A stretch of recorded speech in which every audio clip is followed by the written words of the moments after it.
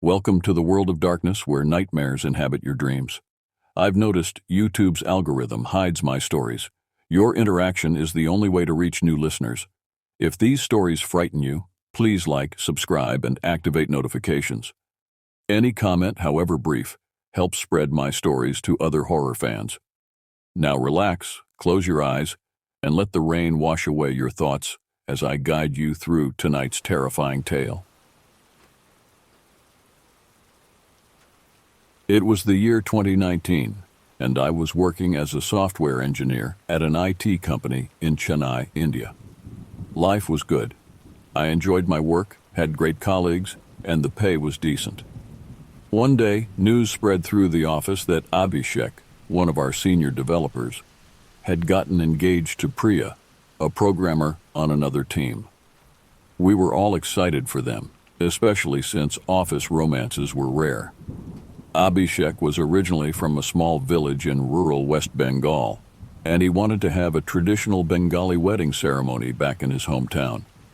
Being the friendly guy he was, Abhishek invited our entire 50-person office to attend. Unfortunately, most people had to decline due to the travel distance and time off required. In the end, it was just going to be me and Rajesh, one of the engineering managers, who would represent our company at the festivities. Rajesh booked our train tickets and hotels. Since neither of us had ever been to West Bengal before, we decided to arrive 5 days before the actual wedding, to get our bearings and do some sightseeing if time permitted. I was excited for a little adventure and to experience a new part of India. After a long 30-hour train journey, we finally reached Abhishek's village. It was small and rural, but seemed to have all the basic amenities. Abhishek's family home was surprisingly large, and they had plenty of spare rooms for guests. We got settled into our accommodations and rested from the trip. Over the next couple days, Abhishek was busy with wedding preparations and didn't have much time to spend with us. Rajesh and I explored the village a bit, but there honestly wasn't a whole lot to see or do. By the third evening, boredom was starting to set in. That's when Rajesh came up with an idea. "Hey Vikram, I heard there's a cave near here that's supposedly haunted. Want to go check it out?" I was a bit surprised. I never took Rajesh as someone interested in paranormal stuff, but I was up for anything to liven up our trip. "Sure, why not? Could be fun," I replied. "How far is this cave?" Rajesh pulled up a map on his phone. "Looks like it's about a 30-minute drive from here. There's a lake next to it too. We could leave after 4 p.m. and be back well before dinner." It sounded like a plan. We went to inform Abhishek's father, the village headman, about our little excursion. To our surprise, he gave us a stern warning. "It's fine to visit, but make sure you are back in the village before 10 p.m. Don't stay out there late," he said somberly. We assured him we would be back by then. I was intrigued. Was there really something dangerous about this cave and lake? I figured the headman was just being overly cautious with his guests. If only I knew then how wrong I was. If only I had heeded the old man's warning more seriously. What awaited us at that cave would turn out to be far more horrifying than I could have ever imagined. At 4 p.m. sharp, Rajesh and I hopped into one of the village jeeps that was used for transporting goods. The vehicle had seen better days, but it ran well enough for our short trip. Abhishek's teenage cousin Tamal had offered to drive us to the cave, which was a relief since neither Rajesh nor I knew the roads around here. It was monsoon season in West Bengal, so the landscape was lush and green. As the jeep bounced along the pothole-ridden dirt roads, dense forests whizzed by on either side. All my worries faded away, replaced by a childish excitement of exploring a new place.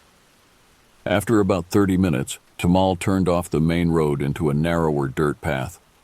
We entered a heavily wooded area, leaves rustling in the wind. There was no sign of the cave yet. "We're almost there," Tamal said. "Just have to go a little further down this way." A few minutes later, he pulled over and parked the jeep. "It's a short walk from here," he explained.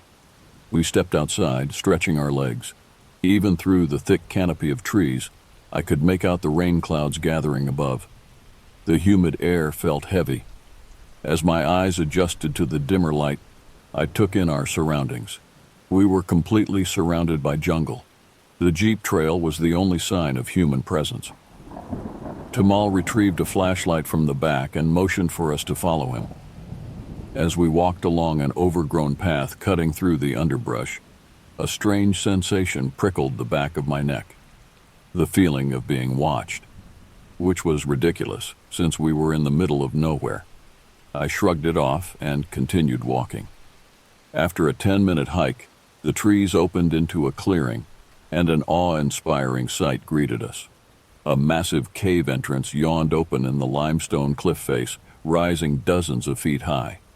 Next to it was a serene lake, its still surface reflecting the cloudy sky.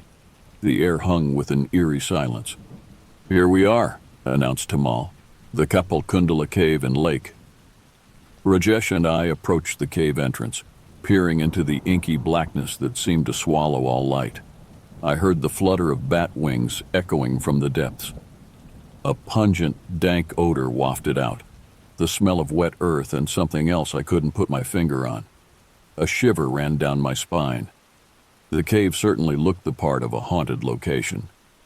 "According to legend, the ghost of Kapalkundala roams this area," Tamal said ominously.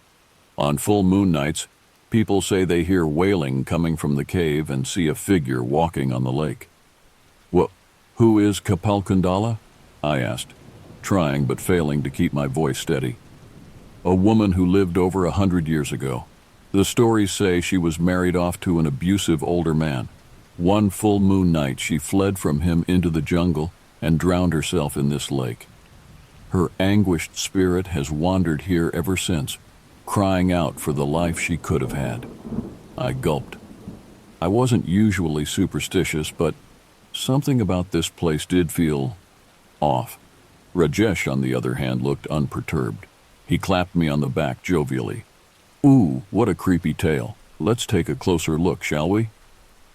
Before I could protest, Rajesh strode forward into the cave mouth, flashlight cutting a beam through the darkness. With great reluctance, I followed behind him, casting one last glance at the safety of daylight outside. Tamal remained in the clearing, saying he would wait for us. The cave tunnel twisted and turned, the air growing colder and danker as we went deeper underground. I stayed close behind Rajesh, not wanting to get lost in a side tunnel. Our footsteps crunched on the gravelly floor, echoing off the dripping limestone walls. It felt like we were descending into the bowels of the earth itself. I couldn't shake the uncanny sensation of an unseen presence watching us. As we rounded another bend, Rajesh stopped short, and I nearly crashed into him. I looked up to see his flashlight beam fixed on the cave wall, specifically on a series of ancient paintings etched into the limestone. Human figures danced and hunted across the rock face, rendered in ochre pigment. But what really caught my attention were the deeper gouges in the stone, claw marks that raked across the images, as if something had tried to deface them, something with very large, very sharp claws.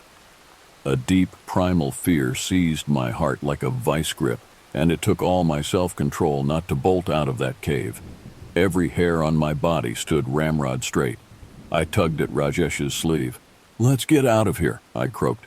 "I've seen enough." Rajesh hesitated, clearly intrigued by the cave paintings, but seeing the barely contained panic on my face, he nodded. We made our way back through the winding tunnel in silence, the darkness at our backs feeling more oppressive than ever. It took every ounce of will to not glance behind me every other step, certain something was following us. I practically ran the last stretch towards the cave entrance. Blinking in the sudden brightness, I took deep gulps of fresh air, trying to calm my thundering pulse. Now that we were out of the cave, my fear felt a bit silly. There was nothing supernatural about some old cave paintings. Rajesh stepped out, looking pensive. "You know, I read somewhere that claw marks like that are common in caves where early humans lived. They were probably made by cave bears."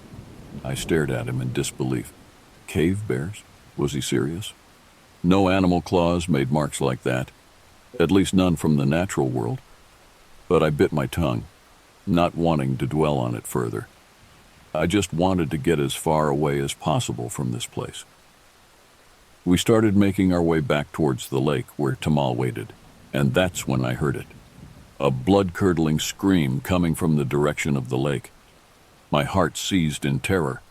Rajesh and I exchanged a look of pure fear and took off running. What in God's name was going on? We burst into the clearing and stared in slack-jawed horror at the sight that greeted us. The lake was no longer calm and mirror-smooth. The surface now frothed and churned violently like a boiling cauldron. And in the center of that maelstrom was Tamal, flailing and screaming as he was dragged inexorably into the depths by an unseen force. Time seemed to slow to a crawl.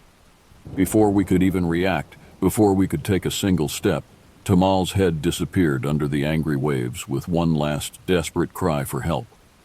Then, just like that, the lake fell still and silent once more, as if nothing had ever disturbed its tranquility. As if a teenage boy hadn't just been sucked to his watery grave right before our eyes. Rajesh and I stood there paralyzed, trying to process the sheer enormity of what we had just witnessed. This couldn't be happening. How could a placid lake turn into a whirlpool and take a person's life, all in a matter of seconds? My mind simply refused to accept it. Rajesh broke out of his stupor first. He grabbed my arm and shook me. "We have to go for help, now!" His words jolted me back to reality. Help, yes, we had to tell someone. We turned and sprinted back through the jungle towards where the jeep was parked, hearts pounding with exertion and residual shock. But when we reached the dirt path, we found only empty space where the vehicle should have been. It was gone, with no sign of it anywhere. An icy dread flooded my veins. This was impossible. Tamal had the only key. Without him, no one could have driven it away. And yet the impossible had already happened, right before our eyes. The sun was starting to set, shadows lengthening across the forest floor. I checked my phone with shaking hands, hoping to call someone from the village. No signal. Of course. Could this situation get any worse? We were now stranded in the middle of jungle, miles away from the village, with no transportation and no way to contact anyone. Panic threatened to overwhelm me. Rajesh gripped my shoulders, trying to steady me. "Vikram, stay with me. We'll walk back to the village. It's only an hour or so on foot. We just have to follow the road." I took deep breaths and willed myself to think rationally. Rajesh was right. We couldn't afford to fall apart now. We had to get back and tell everyone what happened, as unbelievable as it was. And so we started the long trek back, sticking close to the only road slicing through the forest. Something was very wrong with that lake. I couldn't shake the memory of the malevolent force that pulled Tamal under, the sheer unnatural violence of it, as if the waters were hungry. And if there was one thing I was sure of, it was that his death was no accident, no drowning. The lake had taken him. With every step, I prayed that the road would not lead us astray, that it would take us out of these eerie woods and whatever dark entities lurked here. But with night falling swiftly around us, I had a terrible feeling our ordeal was only just beginning. Under different circumstances, a walk through the jungle at dusk might have been wonderfully atmospheric. The last rays of sunlight dappling through the canopy, birdsong echoing through the trees, the scent of damp earth rising around us. But after what we had witnessed, those woods took on a sinister quality. Every rustle of leaves made me flinch, and every shadow seemed to conceal some unspeakable menace. The road stretched ahead endlessly, darkening with each passing minute. Rajesh walked slightly ahead of me, his pace determined. I tried to keep up, but my legs felt leaden. How were we going to explain this? The police would never believe us. Hell, I hardly believed it myself. An unnatural force in the lake that swallowed Tamal whole? It sounded like the ravings of a madman. A deep fear gripped me that we would never make it out of this place alive. My thoughts kept circling back to the ancient paintings we had seen in the cave, those figures and claw marks. What if they weren't as old as we thought? What if whatever created them still roamed this jungle? I shuddered with terror. Far off in the distance, I heard the rumble of thunder, promising the arrival of a monsoon storm. Great, just what we needed. I quickened my pace to catch up with Rajesh, and that's when I heard it, the sound of a motorcycle approaching from behind us. Hope flooded through me. Someone was coming, maybe a villager from the road crew or a forest ranger. We were saved. But as the motor grew louder, something about it sent a chill down my spine. It didn't sound like any motorcycle I had ever heard before. There was a strange guttural chugging to the engine, like some infernal machine. Rajesh stopped walking and turned to look back down the road. I came up alongside him and gasped. Speeding towards us was an ancient motorcycle, sputtering black smoke. Its frame was rusted and dented, the headlamp flickering weakly. But that wasn't what made my blood run cold. It was the figure driving it, a headless rider with tendrils of black mist pouring from the stump of its neck. As it raced closer, I saw with horror that through the tears in its rotted clothing, there was only emptiness. No flesh, no bones, just a void. I froze in mindless terror, my brain refusing to process the sheer impossibility in front of us. This had to be some kind of hallucination or waking nightmare, but one look at Rajesh's ashen face told me he saw the same thing. The headless rider was almost upon us now, veering wildly across the road. But at the last possible second, it swerved sharply and shot off into the trees. The guttural roar of its engine faded into the night. Rajesh and I stood there frozen, barely breathing. What in God's name had we just seen? Some kind of ghost? A demon? At this point, I was terrifyingly willing to believe anything. I tried to speak, but only a dry croak emerged.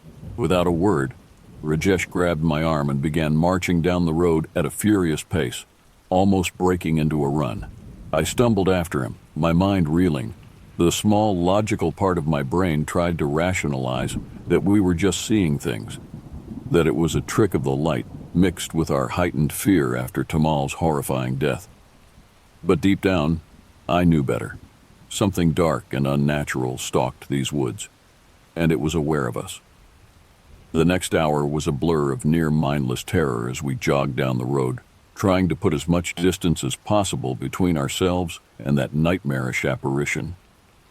The storm finally broke, sheets of rain pelting down from the black sky and turning the dirt road into a muddy river. The downpour soaked me to the bone, but I barely felt it. So consumed I was by the need to flee. Just when my lungs were about to burst from exhaustion, Rajesh let out a shout. There, in the distance, a light. As we drew closer, I could make out the dim outlines of a ramshackle hut just off the side of the road, with a kerosene lamp flickering in one window. Smoke curled from its chimney. To my desperate eyes, it looked like salvation itself. Rajesh was already pounding on the wooden door, heedless of the rain. "Hello? Is anyone there? Please, we need help." For a long, terrible moment, there was only silence. Then the door creaked open, and a wizened old face peered out at us from the darkness within. An elderly woman, her hair white and her face heavily lined. She looked us up and down warily. "What are you boys doing out in this storm, and at this hour?" Her voice was hoarse with age. Rajesh and I started babbling at the same time. "Our friend, he's dead," I blurted out. "He got pulled under the water at Kapalkundala Lake, and our jeep is missing. Please, we need to use your phone to call the police." The old woman's eyes widened at the mention of the lake. She quickly ushered us inside, bolting the door firmly behind her. In the dim kerosene light, I could see that the hut was small and sparse, with only a few pieces of rough-hewn furniture. Bundles of drying herbs hung from the rafters, filling the space with a pungent aroma. She sat us down at the rickety table and wrapped thick shawls around our shivering shoulders. Bustling around the hearth, She brewed a pot of strong black tea and poured it into chipped clay mugs. The hot liquid was wonderfully soothing, and I felt my racing heart slowly begin to calm. The old woman settled into the chair across from us, her dark eyes glittering in the lantern light. "Now tell me everything that happened, from the beginning." Haltingly at first, then with greater urgency, the story poured out of us, arriving at the cave, seeing those eerie paintings, Tamal's horrific drowning, the disappearance of the jeep, and finally, our terrifying encounter with the headless cyclist on the road. By the end of it, Rajesh and I were both trembling, the events of the last few hours crashing down on us. Throughout our tale, the old woman remained silent, listening intently.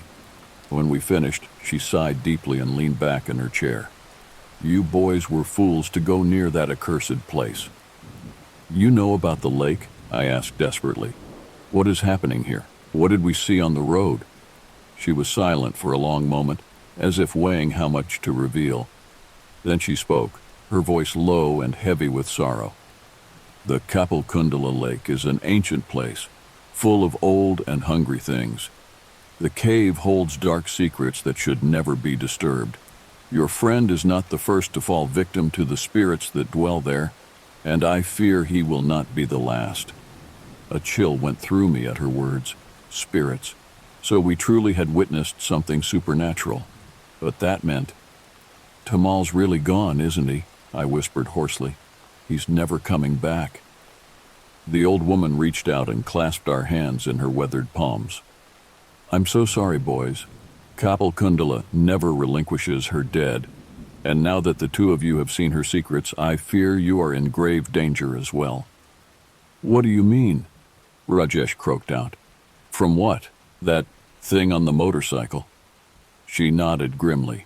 "That was the Headless Rider, one of Kapalkundala's most feared enforcers, an avenging spirit that pursues those marked by the curse of the lake. You are not safe here. It will come for you." Raw fear shot through me at her pronouncement. This couldn't be happening. It had to be some kind of awful nightmare that I would soon wake up from. But the hardness in the old woman's eyes told a different story. "What do we do?" I asked numbly. "How do we escape this?" She was quiet for a long moment.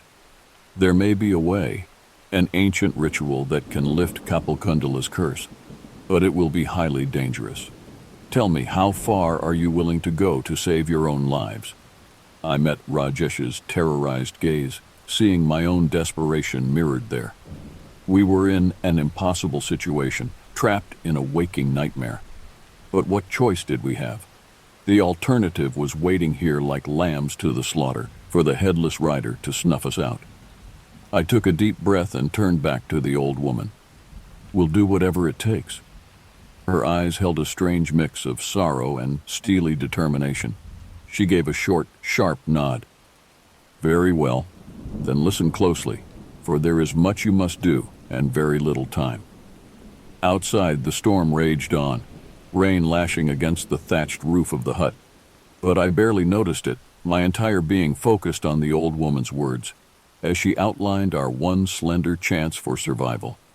And though I had long dismissed my grandmother's stories of ancient curses and vengeful spirits as mere superstition, here I was, hanging on to every word as if my life depended on it. Because now, impossibly, it did. To lift the curse, you must return to Kapalkundala Lake during the witching hour, the darkest part of the night, when the barriers between the living and spirit worlds are at their thinnest.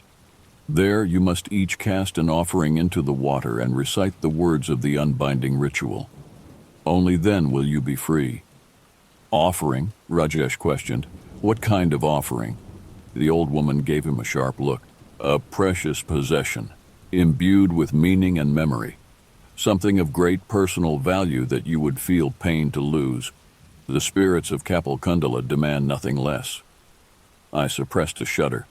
The idea of willingly going back to that cursed lake after what we'd seen filled me with a suffocating dread.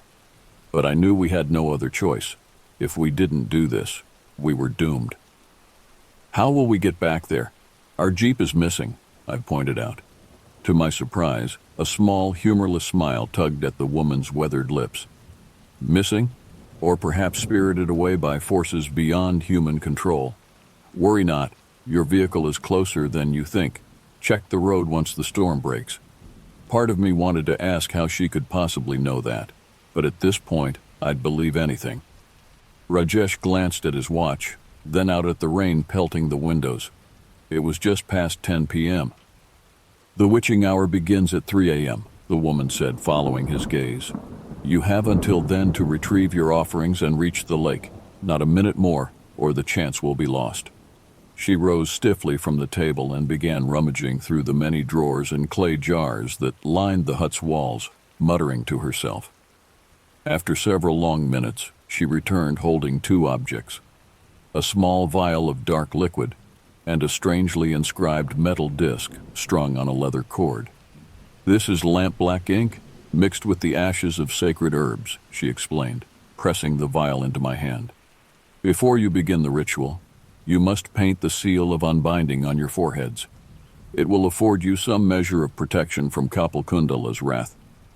She draped the cord over Rajesh's head, letting the heavy metal disc rest against his chest. And this is a spirit talisman. Keep it close. It may grant you clarity when all other lights go out.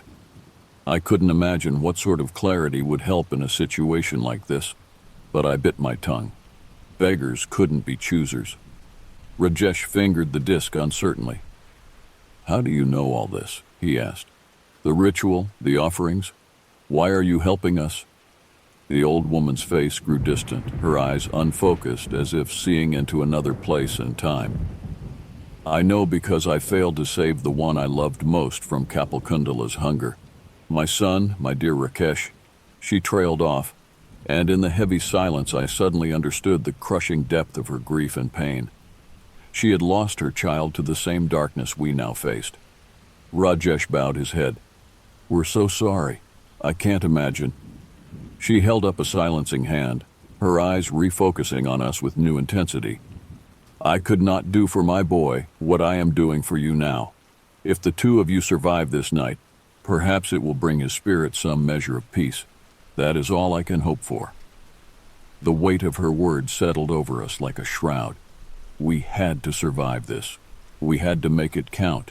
For Tamal, for Rakesh, for ourselves. The old woman glanced at the window, where the rain was finally starting to lessen. It's time. You must go now, and quickly. Heed my words. 3 a.m. at the Kapalkundala Lake after you've retrieved your offerings. Speak the ritual words exactly as I taught you. And once it's done, leave that place and never return. The spirits do not forgive or forget. I clutched the vial of lampblack ink tightly, as if it were a lifeline. Beside me, Rajesh gripped the spirit talisman with white knuckles. Fear coiled in my gut, cold and heavy. But beneath it, a tiny spark of desperate hope flickered. We had a chance. A small and dangerous chance, but a chance nonetheless. Thank you, I said to the old woman, my voice rough with gratitude and terror. I don't know why the fates brought us to your door tonight, but thank you. She inclined her head wordlessly, and in her dark eyes I saw a terrible understanding, the knowledge that we were about to walk into an unimaginable nightmare. But there was steel there too, and a fierce determination. We would not face Kapalkundala alone tonight. I took a deep breath and met Rajesh's gaze. In it, I saw my own resolve crystallize. We would face this together, as brothers in the darkness, and we would triumph, or fall as one. The old woman unbolted the door, and together we stepped out into the fading storm. The night air was crisp and cool, the scent of wet earth and electricity heavy on the breeze. In the distance, the contours of the tree line loomed black and foreboding. Somewhere beyond that shadowed veil, Kapalkundala Lake awaited, along with the hungry dead. Remember, the old woman said solemnly, 3 a.m., not a minute more. I nodded mutely, my throat too tight for speech. And with that, Rajesh and I turned towards the waiting road, towards our fate, and the ghostly terrors that stood in our way. Back in the city, the world I knew, The biggest challenge had been debugging a tricky line of code or fielding an irate client call. But now I walked into a realm of mist and monsters, curses and restless spirits, where death itself reached out with grasping hands. No more man against machine, but man against the primal, the uncanny, the night side of reality. I shoved down the mind-bending panic, the insistent inner screaming that this couldn't be real, because it was real, horribly, viscerally real. Tamal floating face down in churning black water. As the road swallowed us up, I clung to two fragile hopes: the vial of lamp-black ink in my pocket and the man who walked beside me. They were all I had.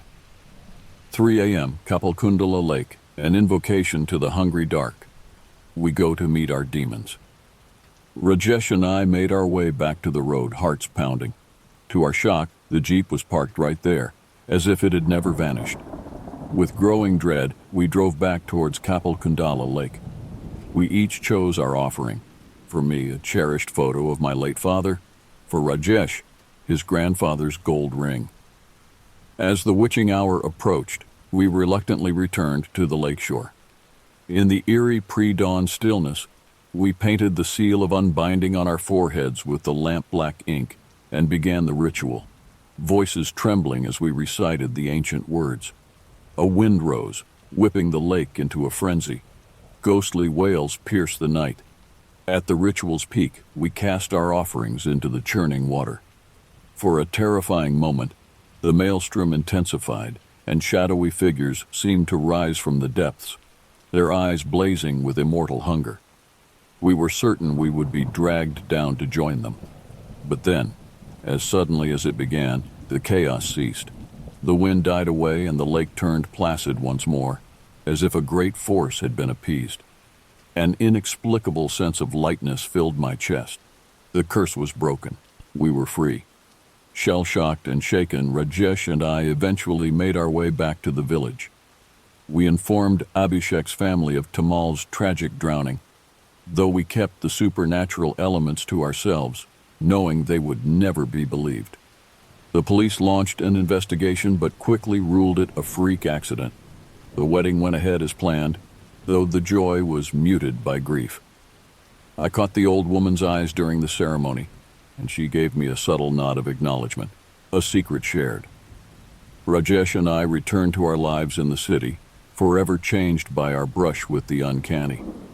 We swore to never speak of the horrors we had witnessed, though they haunted our dreams. But we also knew that we survived for a reason, that our offerings had satisfied the spirits of Kapalkundala long enough for us to escape, and that somewhere beyond the veil of death, Tamal and Rakesh were finally at peace. The experience forged a bond between Rajesh and I that could never be broken. More than friends, more than brothers, survivors. Though we would never forget the terror of that night, we also knew that we could face anything the universe threw at us, together, because we stared into the abyss of Kapalkundala Lake, into the ageless hunger of the dark, and emerged alive, marked by shadows, but unbroken. And that is a strength we carry in our hearts forever.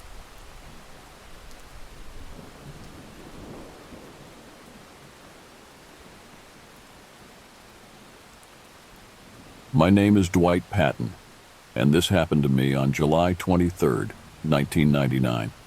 I was a truck driver back then, hauling goods up and down the East Coast. The job was mostly uneventful, long hours behind the wheel, plenty of greasy diner food, and nights spent in the cab of my truck at rest stops. But this one trip, it's one I'll never forget. I was driving through West Virginia, a stretch of road I knew well but didn't particularly like. It was late, around 11 p.m., and the night was thick and heavy with humidity. I was heading toward a small town called Marlinton, planning to drop off a load of construction supplies.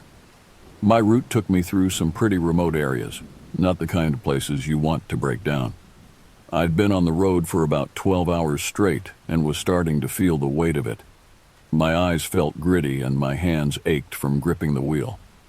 I figured I'd pull over soon to catch some sleep, but I wanted to make a little more progress first. That's when I saw the sign for a rest area about 5 miles ahead. Seemed like a good spot to stop. The rest area wasn't much, just a couple of picnic tables and a grimy restroom, but it was quiet. I pulled in, parked the truck, and stepped out to stretch my legs. The place was deserted, not a single car in sight. The only sound was the low hum of the insects buzzing in the night air, a constant droning that seemed to amplify the isolation of this lonely spot along the highway. After a few minutes of stretching, I decided to use the restroom before settling in for the night. The door creaked loudly as I pushed it open, the sound echoing in the stillness. Inside, the restroom smelled of old urine and harsh cleaning chemicals, the kind of scent that makes you want to hold your breath. I did my business quickly, eager to get back to the relative comfort of my truck's cab. As I walked back across the empty parking lot, I noticed something strange. There was a car parked a little ways down from my truck, a beat-up old sedan that looked like it hadn't moved in years. Rust was eating away at the fenders, and vines had started to grow up through the wheel wells. I hadn't seen it when I first pulled in, but then again, I'd been pretty focused on just getting off the road. I didn't think too much of it at the time, probably just an abandoned vehicle left to the elements. I climbed back into my cab, the familiar smell of stale coffee and cigarette smoke greeting me. I locked the doors, a habit you pick up quickly in this line of work, and pulled the curtains closed to block out the night. The small space felt cozy, safe, insulated from the dark world outside. I was just about to kick off my boots and stretch out on the bunk when I heard it, a soft tapping on the window, barely audible over the hum of the insects outside. My heart immediately jumped into my throat and I sat bolt upright, peering cautiously through the curtain. But I couldn't see anything out there in the ink-black night. "Who's there?" I called out, trying to sound braver than I felt. No response came, just the steady thrum of the cicadas and crickets. I waited for a few tense minutes, straining my ears for any other sounds, but the tapping didn't come again. I started to relax a little, figuring maybe it was just my exhausted mind playing tricks on me. It wouldn't be the first time I'd imagined something strange out on the road late at night. I laid back down on the bunk, trying to get comfortable, letting my eyes drift closed. That's when I heard it again. Tap, tap, tap. Louder this time, more insistent. And it sounded like it was coming from right next to my head, just on the other side of the thin metal of the cab's walls. I froze, my pulse pounding in my ears, my breath catching in my chest. There was no mistaking it now. Someone, or something, was definitely out there. I fumbled for the flashlight I always kept stowed by the driver's seat, my hands shaking as I flicked it on. I shone the beam toward the curtained window where the sound had come from, but it only illuminated the worn fabric, casting strange shadows across the cab's interior. Taking a deep breath to try to steady my nerves, I slowly reached out and pulled the curtain back just a crack, dreading what I might see. But there was nothing, just the empty rest area, the abandoned old car, and the dark line of trees beyond, all bathed in the sickly yellow glow of the single street lamp. I let out the breath I'd been holding, feeling a little foolish. Of course there was nothing out there. What had I expected, really? Still, I couldn't quite shake the unease that had settled into the pit of my stomach. Something about this place just felt off. The isolation, the heavy stillness of the air, the way the darkness seemed to press in from all sides. It was getting under my skin in a way I'd never experienced before in all my years on the road. I sat there for a few more minutes, the flashlight beam cutting through the darkness, trying to convince myself that it had all just been my imagination. Maybe it was just an animal, I reasoned, a raccoon or a possum rooting around in the trash. Surely that made more sense than someone stalking around the rest area in the middle of the night. But even as I tried to rationalize it away, that tapping sound echoed in my head.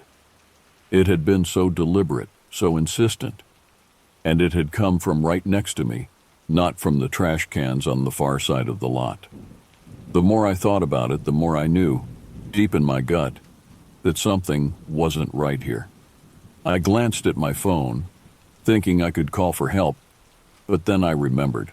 No service out here. Not unusual for these backwater stretches of highway, but damn inconvenient in a situation like this. It looked like I was on my own. A bead of sweat trickled down my temple, even though the night air was cool. Every creak of the cab's suspension, every rustle of the trees in the slight breeze, suddenly sounded amplified, ominous.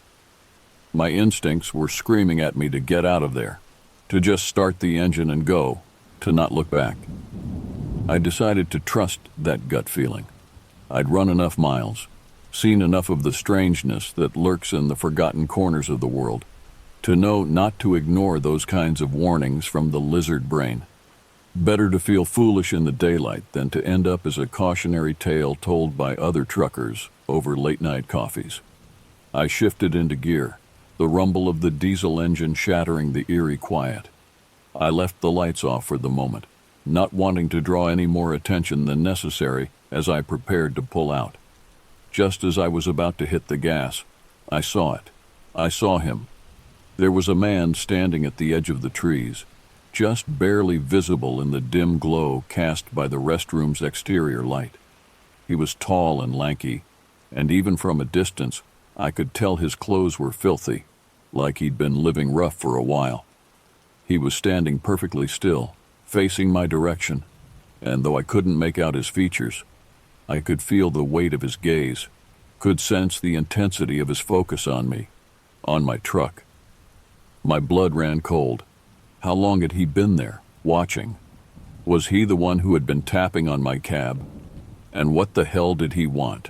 1,000 horrifying possibilities raced through my mind in an instant. I didn't wait to find out. I stomped on the accelerator, and the truck lurched forward, gravel spraying from beneath the tires. As I pulled out of the rest area, I risked a glance in the rearview mirror. The man had started moving, was running toward my truck with a frightening speed, his arms pumping, his face still hidden in shadow. But I was already hitting the highway, the truck picking up speed, the engine roaring.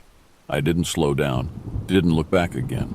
I just kept my foot heavy on the gas, my heart pounding against my ribs, until the rest area and the strange man chasing me were swallowed by the darkness in the distance behind me. I didn't stop driving until I saw the lights of Marlinton in the distance, the soft glow on the horizon, a beacon of safety, of civilization. My hands were shaking, my shirt soaked through with cold sweat. I kept checking the mirrors, half expecting to see the headlights of that man's car appear behind me, though I knew rationally there was no way he could have followed me, not on foot, not at the speed I'd been driving. I pulled into the first well-lit truck stop I found on the outskirts of town, a 24-hour joint with a handful of other big rigs parked out front. I slid into a spot as close to the building as I could get, right under the glare of the floodlights. Only then did I finally let myself breathe, let my death grip on the steering wheel relax. I hopped down from the cab on legs that felt like jelly, my knees almost buckling after the adrenaline rush of the last few hours. The humid night air felt heavy, oppressive, but it was still a relief after the suffocating tension inside the truck. I headed straight inside, the fluorescent lights and the smell of stale coffee a welcome sense of normalcy after the bizarre events at the rest stop. The place was mostly empty, just a few other truckers scattered about, hunched over greasy plates of food or staring blankly at the small TV behind the counter. The bored-looking cashier barely glanced up as I walked in, too engrossed in her magazine to pay me any mind. I poured myself a cup of burnt-tasting coffee and slid into a booth, my back to the wall, my eyes on the door. I sat there for a long time, just sipping the hot, bitter liquid and trying to process what had happened. The more I thought about it, the more surreal it seemed. A strange man in the woods, watching me, chasing me. It sounded like something out of a bad horror movie, but I knew what I'd seen, that figure, standing there in the darkness. The deliberate tapping on my window, the way he'd run after my truck, that had been real, all too real. Lost in these unsettling thoughts, I didn't notice the other trucker until he was sliding into the booth across from me. I recognized him vaguely, an older guy, mid-60s maybe, with a weathered face and shrewd eyes. Hank, I think his name was. We'd crossed paths a few times at loading docks and rest stops over the years. "Damn, Dwight, you look like you've seen a ghost," he said by way of greeting, his gravelly voice tinged with amusement. I huffed out a laugh, but there was no humor in it. "Not a ghost, Hank," I replied, "but something mighty close to it." He raised an eyebrow, intrigued. He leaned forward, his arms folded on the table. "Yeah? What happened?" I hesitated for a moment. I barely knew Hank, and I'd never been one to spill my guts, especially not about something so strange. But there was something about his demeanor, his easy, non-judgmental curiosity, that made me want to talk. And Lord knows I needed to tell someone, if only to confirm to myself that it had really happened. So I told him.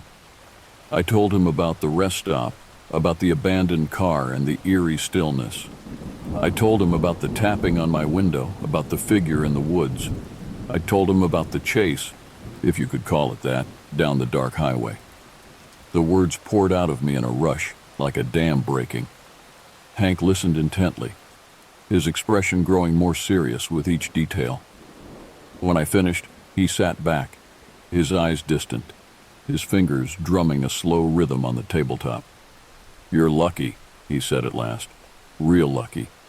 There've been stories about that rest stop, stories I've heard from other truckers over the years, people vanishing, bodies found in the woods. They say there's a man out there living wild, dangerous. More than one driver's had a run-in with him, from what I hear." A chill ran through me, a coldness that had nothing to do with the air conditioning blasting from the vents overhead. I had heard stories like that before, sure, every trucker has.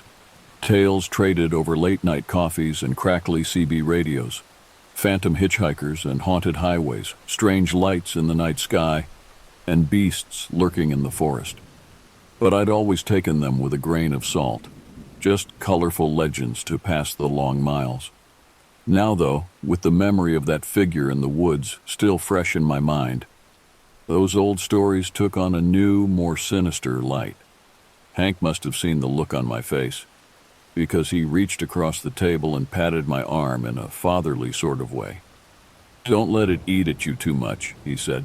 "You made it out, that's the important thing. And now you know to steer clear of that place.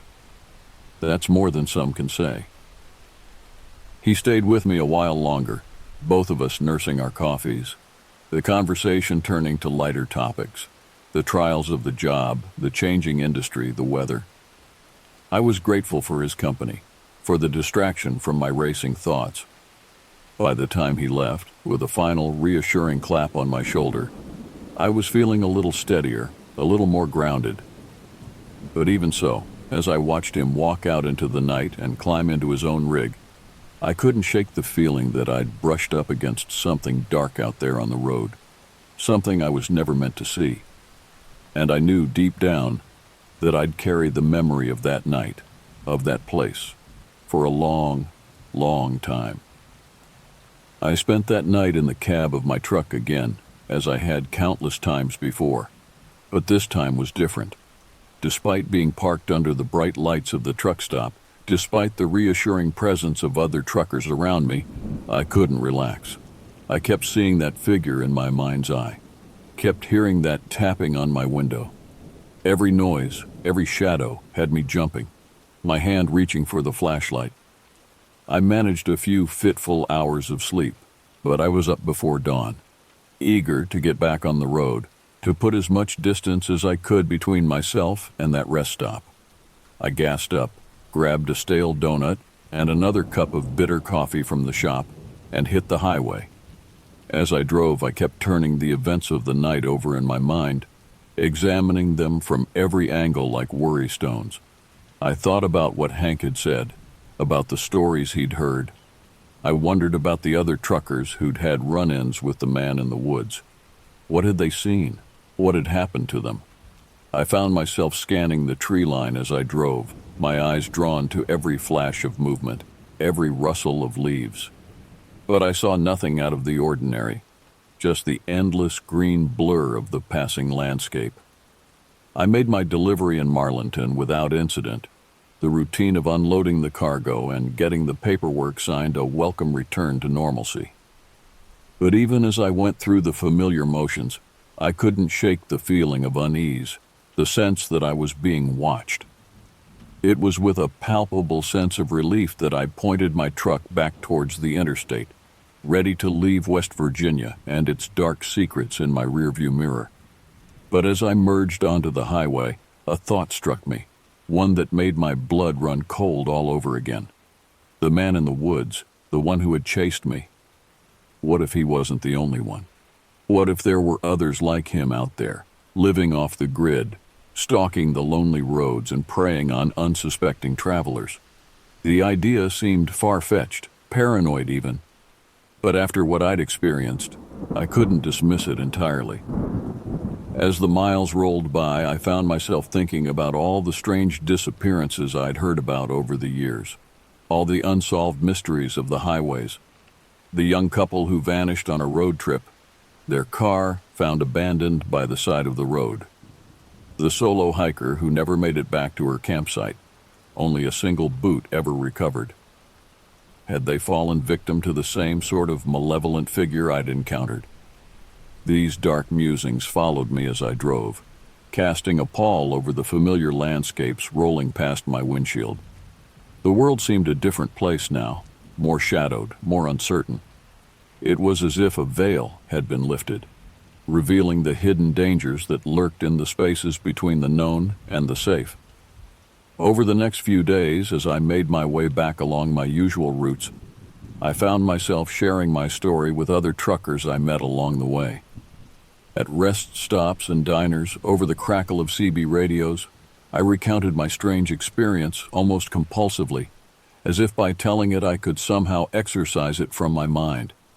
And to my surprise, more often than not, my story was met with nods of recognition, with knowing looks and low whistles. "Same thing happened to me about 5 years back," said one grizzled trucker, his face half hidden under a beat-up baseball cap. "Stopped at that same rest area. Felt like I was being watched the whole time. Barely made it out before something came out of the trees after me." Another told of a friend who'd gone missing on that very stretch of highway. His truck found abandoned by the side of the road, the engine still running. They'd searched for weeks, but never found a trace of him. And then there were the older stories, the ones that had the ring of legend about them. Tales of strange creatures seen lurking in the forests of West Virginia, of ghostly figures that appeared on lonely mountain roads, only to vanish into the mist. It seemed that whatever I had encountered at that rest stop, I wasn't the first, and I likely wouldn't be the last. Still, for all the stories I heard, no one seemed to have any real answers. The local police, when I finally got through to them, were less than helpful. They took my report with a sort of weary resignation, as if they'd heard it all before. No, they told me, there hadn't been any other recent incidents at that rest stop. Yes, they would look into it, but I could tell they didn't expect to find anything. Just another strange story from the road, another unsolved mystery. As the days turned into weeks, and the weeks into months, the memory of that night began to fade, to take on the quality of a bad dream. I stuck to busier routes, well-lit rest stops. I never saw the man from the woods again, never experienced anything like that strange, terrifying night. But I never forgot it either.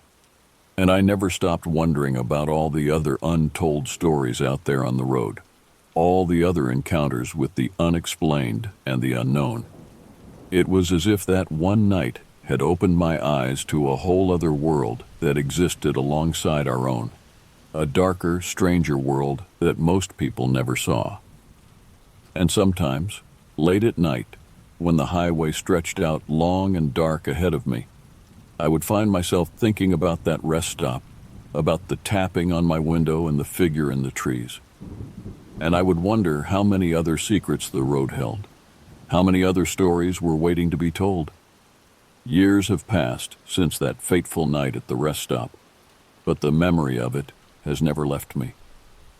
It's become a part of me, woven into the fabric of my life on the road. And as strange as it might sound, in some ways, I'm grateful for it. Oh, don't get me wrong.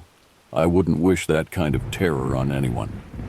The sheer primal fear I felt that night, the sense of being stalked by something unknown and malevolent, that's not something I'd ever want to experience again. But at the same time, that encounter changed me, changed the way I see the world. Before that night, I was like most people, I suppose. I believed that the world was a rational place, that everything had an explanation.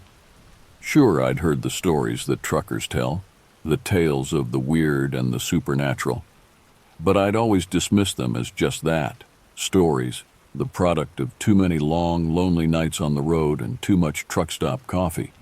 But after my own brush with the unexplained, I couldn't be so dismissive anymore. I had to admit that there were things out there that defied easy explanation, that there were mysteries in this world that we might never fully understand. And in a strange way, that realization brought with it a kind of comfort. It made me feel less alone, knowing that I was part of something bigger, that my own strange story was just one thread in a vast tapestry of the unknown. Over the years, I've continued to collect the stories of other truckers, other travelers who've had their own encounters with the strange and the inexplicable. I've become something of a repository for these tales, a keeper of the odd and the uncanny. And I've come to see that there's a kind of power in these stories, a power that goes beyond mere entertainment or titillation. They remind us that the world is a vaster and stranger place than we often give it credit for, that there are still mysteries out there waiting to be explored. Of course, I'm not foolish enough to go looking for trouble. I still stick to the well-traveled routes, the brightly lit rest stops. I don't take unnecessary risks, but I also don't shy away from the unknown anymore. Don't dismiss the stories when I hear them, because I know now that the road is full of stories, full of secrets waiting to be uncovered. And every time I climb into my cab, every time I set out on another long haul, I know that I'm not just driving a truck. I'm navigating a landscape of the mysterious and the unexplained. That's the gift that night at the rest stop gave me, the lesson that stayed with me all these years later. It taught me to keep my eyes open, to be ready for the unexpected. It taught me that there's more to this world than we can see on the surface, and that sometimes the strangest and most wondrous things can be found in the darkest and most remote of places. And so I keep driving, keep collecting the stories. I may never understand what happened to me that night, may never know the full truth behind the man in the woods or the secrets of that lonely stretch of highway. But I'll keep searching, keep looking for the answers. Because that, after all, is what the road is all about. The journey, the search, the endless possibility of discovery that waits around every bend, past every darkened rest stop. And as long as there are stories to be told and mysteries to be explored, I'll be out there chasing the unknown horizons, seeing just what strange tales the road has in store. The road, after all, goes on forever. And for those of us who've seen beyond the veil, who've glimpsed the strangeness that lurks in the shadows, well, maybe that's just the way we like it. There's a comfort in the mystery, a strange sort of peace in knowing that we'll never have all the answers. Because in the end, it's not the destination that matters. It's the journey, the stories we collect along the way. And as I roll down that long black ribbon of highway, the night pressing close around me, I know that I'm right where I belong, chasing the endless mysteries of the road, 1 mile at a time.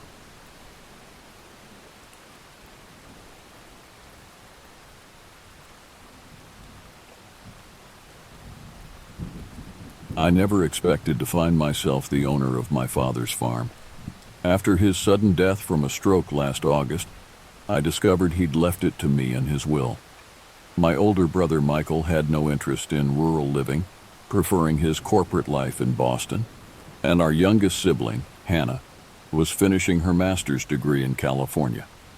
That left me, Thomas Bennett, 34 and recently divorced, to decide what to do with a property I'd only visited a handful of times. The farmhouse sat isolated at the end of a long, dusty road in western Pennsylvania, bordered on two sides by dense woodland that stretched for miles. A dried-up creek bed cut through the property, once a pleasant feature that had completely vanished during the severe drought of 2022, the year before Dad died. When I arrived that September evening, the setting sun cast long shadows across the overgrown fields. The two-story farmhouse looked smaller than I remembered, its white paint peeling and gray shutters hanging askew. Dad had purchased it 8 years ago after retiring, drawn to its seclusion and the opportunity to grow his own food. My mother had refused to leave their comfortable suburban home, creating a strange arrangement where they'd visit each other monthly. I pulled my Toyota to a stop beside Dad's old pickup truck, which I couldn't bring myself to sell. Dust swirled around my feet as I stepped out, the air still and uncomfortably warm despite autumn's approach. The house had been vacant for nearly a month since Dad's death, and it showed. Inside, the farmhouse smelled of dust and abandonment. I flipped on lights as I moved through the small living room with its outdated floral sofa and Dad's worn leather recliner, positioned perfectly in front of an ancient television. The kitchen was clean but sparse. Dad had never been much of a cook. Upstairs, 3 small bedrooms and a single bathroom completed the modest home. After bringing in my suitcases, I opened windows to air out the musty rooms. As twilight deepened into darkness, I heated a can of soup on the stove and settled into Dad's recliner, flipping through channels until I found the weather forecast. More drought was predicted. Bad news for the small vegetable garden Dad had maintained, now withering from neglect. A strong gust of wind suddenly rattled the windows, making me jump. The weather report hadn't mentioned storms. I got up to check outside, but the sky remained clear, stars visible in the moonless night. As I turned to go back inside, I noticed something odd. The soil around the foundation had deep cracks running through it, some so wide I could have fit my fingers inside. That night, I slept in the master bedroom, surrounded by Dad's things. His reading glasses still sat on the nightstand next to a dog-eared Louis L'Amour Western. I fell into a troubled sleep, dreaming of running through endless cornfields while something tall and dark pursued me.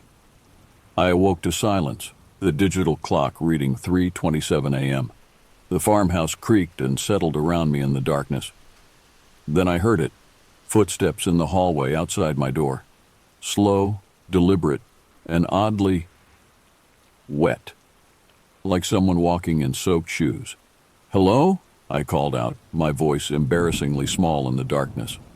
The footsteps stopped immediately. I told myself it was just the house settling or my imagination working overtime in an unfamiliar place.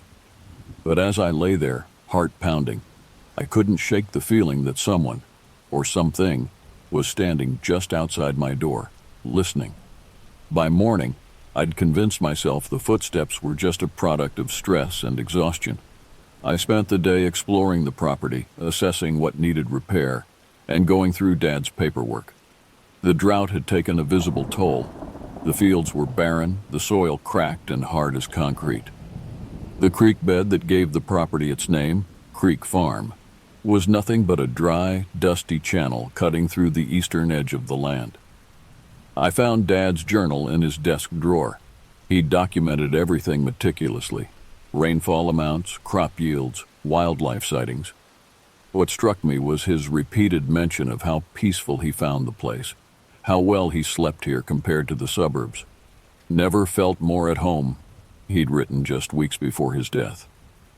That evening, I called my brother Michael. "How's the haunted farmhouse?" he joked. "It's not haunted," I replied, though the memory of those wet footsteps lingered. "Just quiet. too quiet sometimes.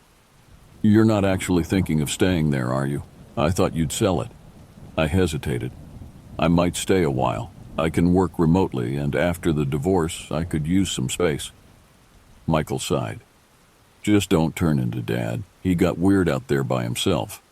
Weird how? You didn't notice? The last couple of years he seemed, I don't know, distant. Like he was half somewhere else when we visited. Mom noticed it too. I hadn't noticed, but then I had been dealing with my own collapsing marriage during those visits, too preoccupied to pay close attention to Dad's behavior. After hanging up, I went to bed early, exhausted from the day's work. This time I left the bedroom door slightly ajar and the hallway light on. If there were any strange noises, I wanted to see their source. I must have fallen asleep quickly, because the next thing I knew, I was jolting awake to that same sound. Wet, shuffling footsteps in the hallway. The digital clock read 3:16 a.m. The footsteps moved rhythmically back and forth, from one end of the hallway to the other. Through the crack in my door, I could see nothing but the empty hallway, illuminated by the dim light I'd left on. I forced myself to get up, moving slowly to avoid making the floorboards creak. As I approached the door, the footsteps continued, oblivious to my movement. With one quick motion, I yanked the door open wide. The hallway was empty, but the footsteps continued for a split second before stopping abruptly, now seemingly coming from directly in front of me. I felt a cold spot in the air, as though I'd walked into a pocket of winter in the otherwise warm house. I stood frozen, straining to see something, anything in the empty space before me. The house went silent, except for the hammering of my heart. "Dad?" I whispered, feeling ridiculous even as I said it. No response came, but as I turned to go back to bed, I noticed something on the hardwood floor, a single wet footprint, much larger than my own foot, elongated and narrow. Before I could examine it closer, it evaporated, leaving no trace. I didn't sleep again that night. The next morning I called Hannah. Unlike Michael, she'd been close to Dad, visiting the farm more frequently. "Did Dad ever mention anything unusual about the house?" I asked after our initial greetings. "Unusual how?" I hesitated. "Like noises at night or, I don't know, weird feelings." Hannah was quiet for a moment. "He told me once that he felt like he wasn't alone there even when he was, but he said it comforted him, especially after the drought started. Why, are you experiencing something?" I couldn't bring myself to describe the footsteps. Just getting used to all the nighttime sounds. It's different from the city. "Tom," Hannah's voice grew serious. "There's something else. The week before Dad died, he called me, sounding disoriented. He said something about the creek coming back, which made no sense because of the drought. When I pressed him, he got confused and changed the subject. I meant to drive out and check on him, but then, 'It's not your fault,' I said quickly. No one could have predicted he'd have a stroke." After we hung up, I walked out to the dried creek bed. The drought had only worsened since Dad's death. There wasn't a drop of moisture in sight, just cracked earth and dead vegetation. But as I stood there, I couldn't shake the feeling that I was being watched from the tree line that bordered the property. That night, I decided to stay awake. I stationed myself in Dad's recliner with a book and a pot of coffee, determined to catch whatever was making those footsteps. The hours crept by, and my eyelids grew heavy despite the caffeine. At precisely 3:14 a.m., I heard it, the wet, shuffling sound. But this time, it wasn't coming from upstairs. It was in the kitchen. I rose slowly, grabbing a flashlight from the side table. The shuffling continued, a methodical back-and-forth pattern. I moved toward the kitchen doorway, flashlight gripped tightly in my trembling hand. When I reached the doorway and pointed the beam inside, what I saw made me drop the flashlight, which clattered to the floor and went out. A figure, impossibly tall and thin, was pacing back and forth across the kitchen floor. It was pitch black, not just dark-colored, but seeming to absorb the light around it. Its proportions were wrong, limbs too long, torso too narrow, and its head a featureless void that nearly brushed against the ceiling. Each step it took left a glistening, wet footprint that evaporated seconds later. I couldn't move, couldn't breathe.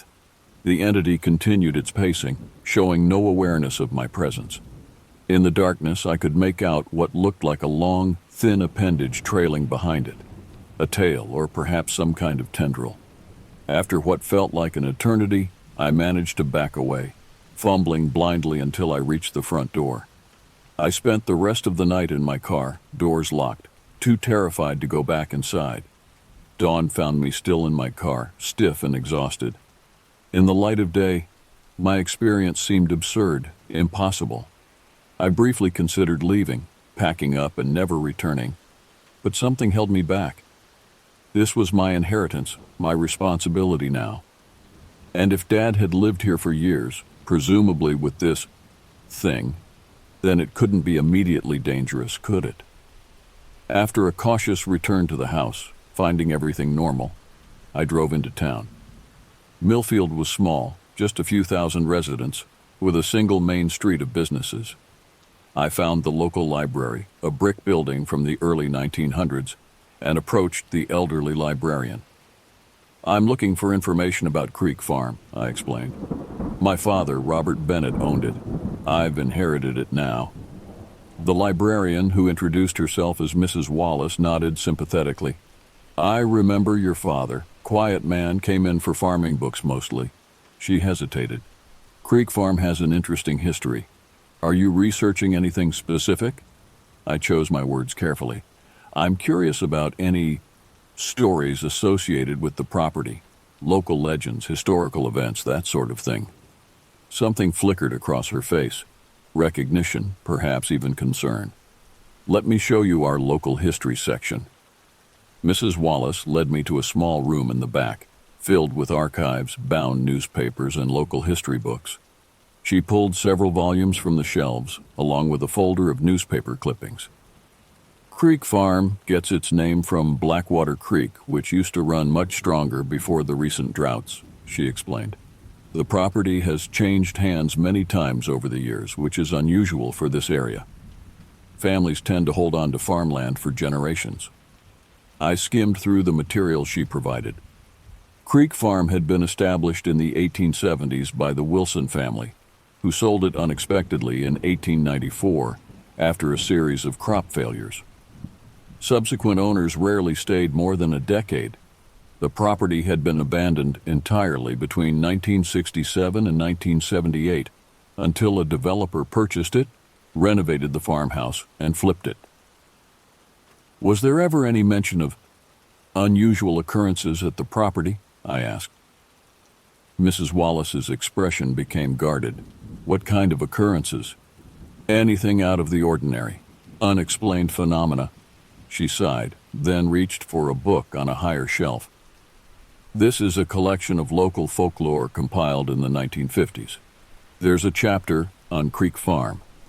The book, bound in faded green cloth, contained hand-typed accounts of local legends. I found the relevant chapter, "The Drought Walker of Blackwater Creek." According to the account, dating back to settler days, during particularly severe droughts, something would emerge from the deepest part of Blackwater Creek. Described as a tall, shadow-like figure, it would appear when the creek dried completely, walking the property at night with the sound of water following its steps. The entity wasn't described as malevolent. Rather, it seemed to be searching for something, pacing endlessly until the rains returned and the creek flowed again. "This is just old superstition," Mrs. Wallace said, though her tone lacked conviction. "Every rural area has these kinds of stories. Has anyone else reported seeing something like this? Recently, I mean?" She hesitated. "I shouldn't say, but your father mentioned something to my husband once at the hardware store, about footsteps at night. Joseph thought he was joking, but your father seemed genuinely puzzled by it." I felt a chill despite the library's warmth. "Did he describe what he heard?" "Just that they sounded wet, like someone had been swimming." He found it strange because of the drought. She looked at me intently. "Are you hearing things out there, Mr. Bennett?" I nodded slowly. "And seeing things, too." Mrs. Wallace didn't seem surprised. "The old-timers used to say that the drought walker appears when the creek is at its driest, searching for water. They said it's been trapped here since the land was first settled, cut off from wherever it came from when the settlers redirected part of the creek for irrigation." "Is it dangerous?" "Not according to the stories. It's described more as a lost soul than a malevolent entity. But it's just folklore, Mr. Bennett." She didn't sound convinced of her own words. I checked out several books, including the folklore collection, and thanked Mrs. Wallace for her help.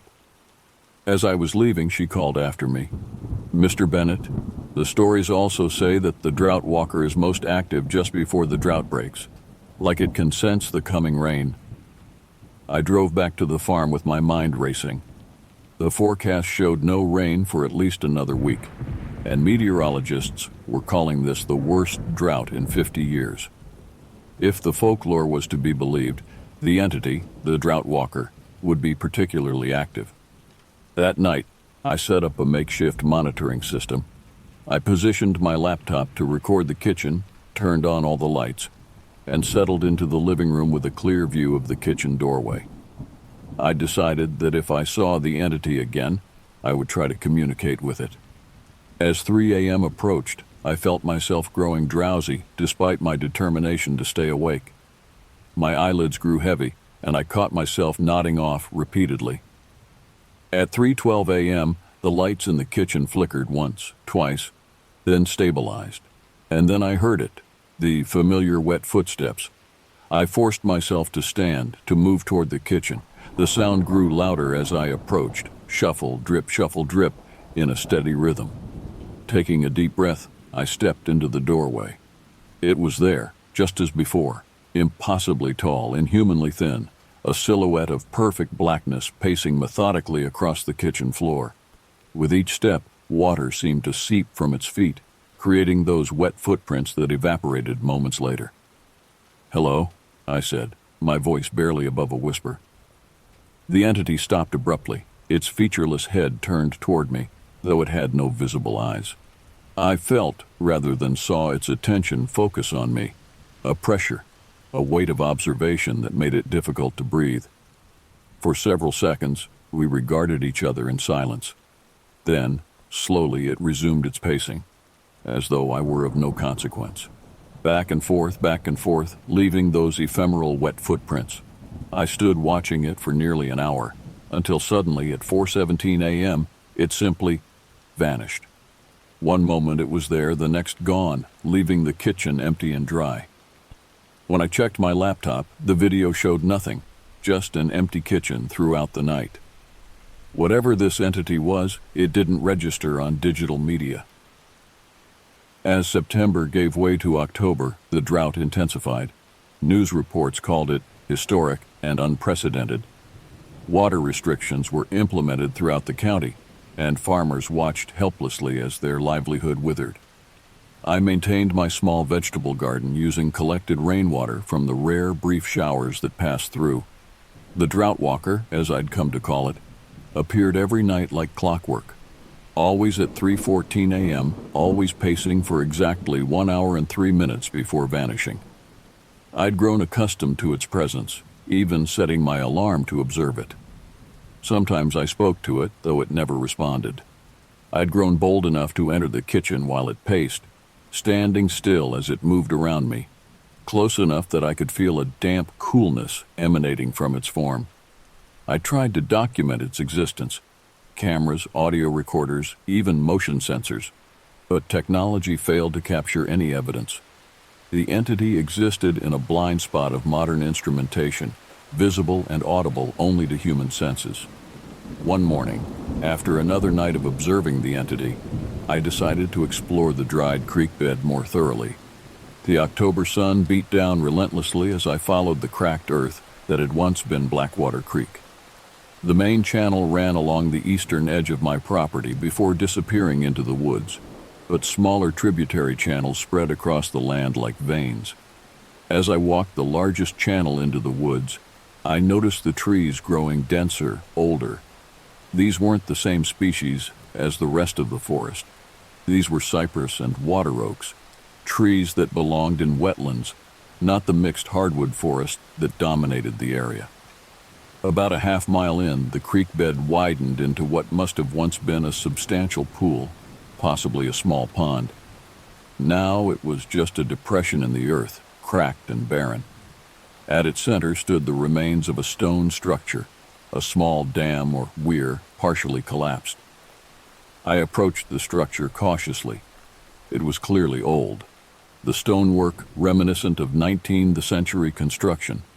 Carved into one of the larger stones was a date, 1893. As I examined the structure more closely, I noticed something odd. The ground immediately around it wasn't cracked like the rest of the creek bed.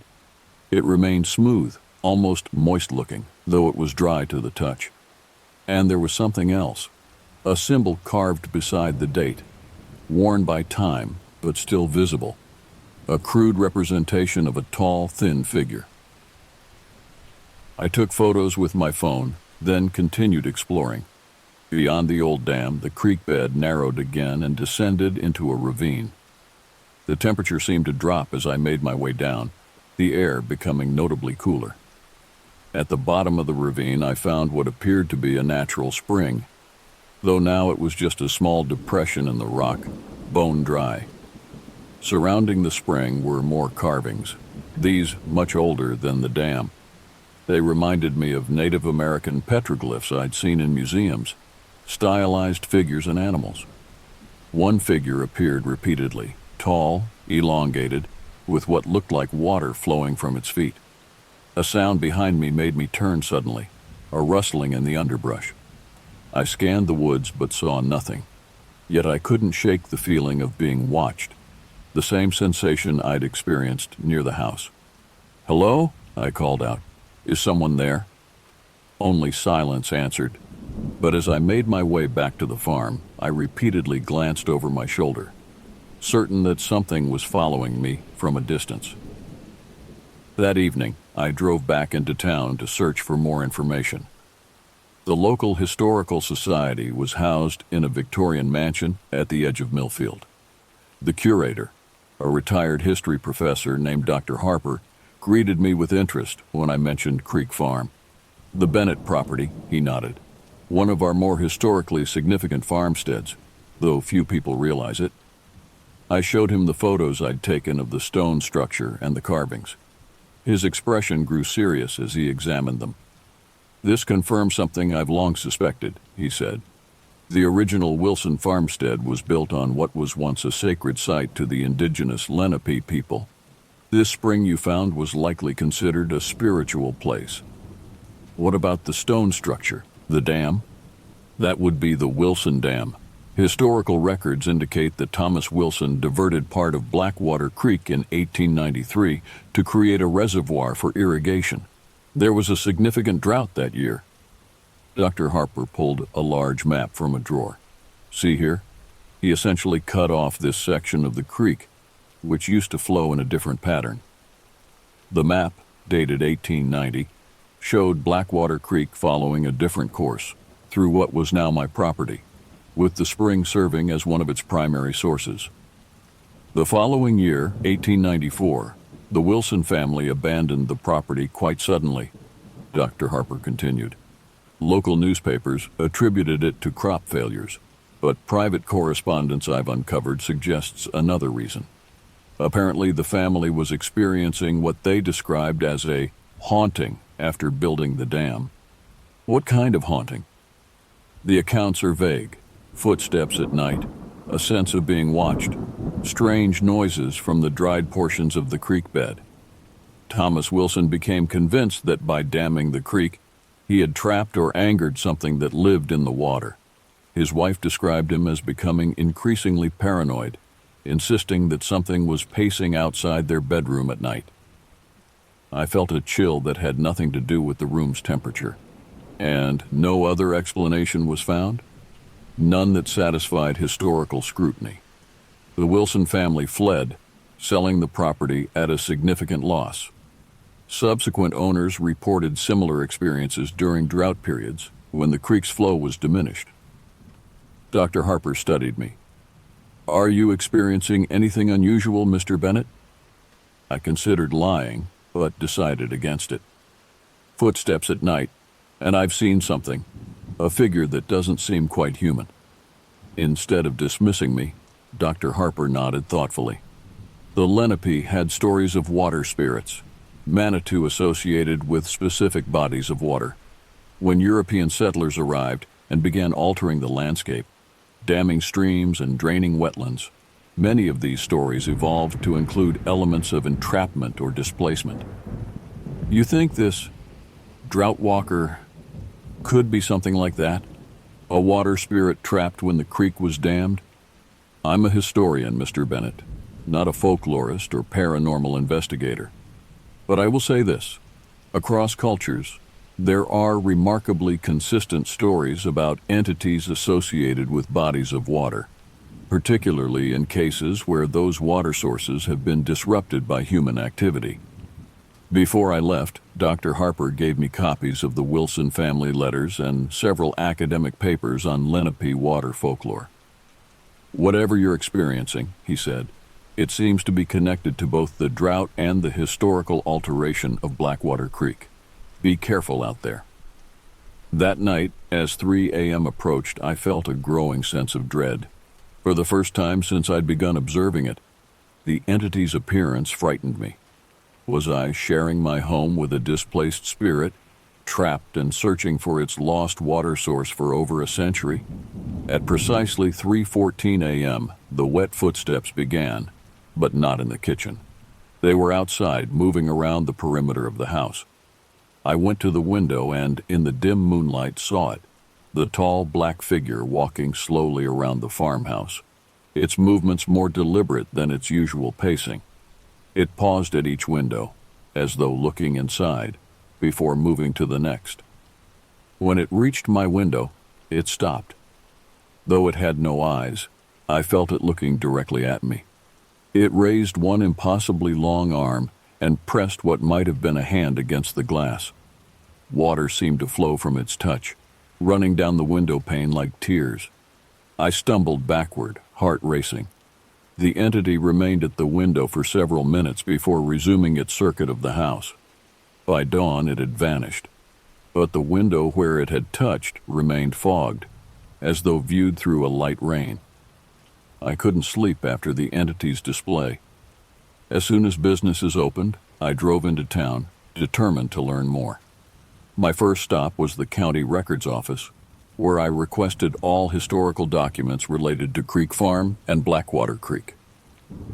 The clerk, a middle-aged woman named Beverly, raised her eyebrows at my request. "That's a lot of material. Some of it's quite old, not even digitized yet. Mind if I ask why you need it?" "I inherited the property," I explained. "I'm trying to understand its water rights history, especially given the current drought." This practical reason seemed to satisfy her. "Give me a few hours to pull everything together. In the meantime, you might want to talk to Howard Jennings. His family has been here since before the town was founded. He knows more about local water history than anyone." Beverly directed me to a small coffee shop where Howard, a man in his 80s, could reliably be found each morning. I located him easily, white-haired, weather-beaten, holding court among a group of similarly aged men. When I introduced myself as the new owner of Creek Farm, a hush fell over the table. "Bennett's boy," Howard said, sizing me up. "Heard you moved in after your daddy passed. Staying through the winter, are you?" "That's the plan. I'm trying to learn more about the property, especially Blackwater Creek and its history." The old men exchanged glances. Finally, Howard gestured to an empty chair.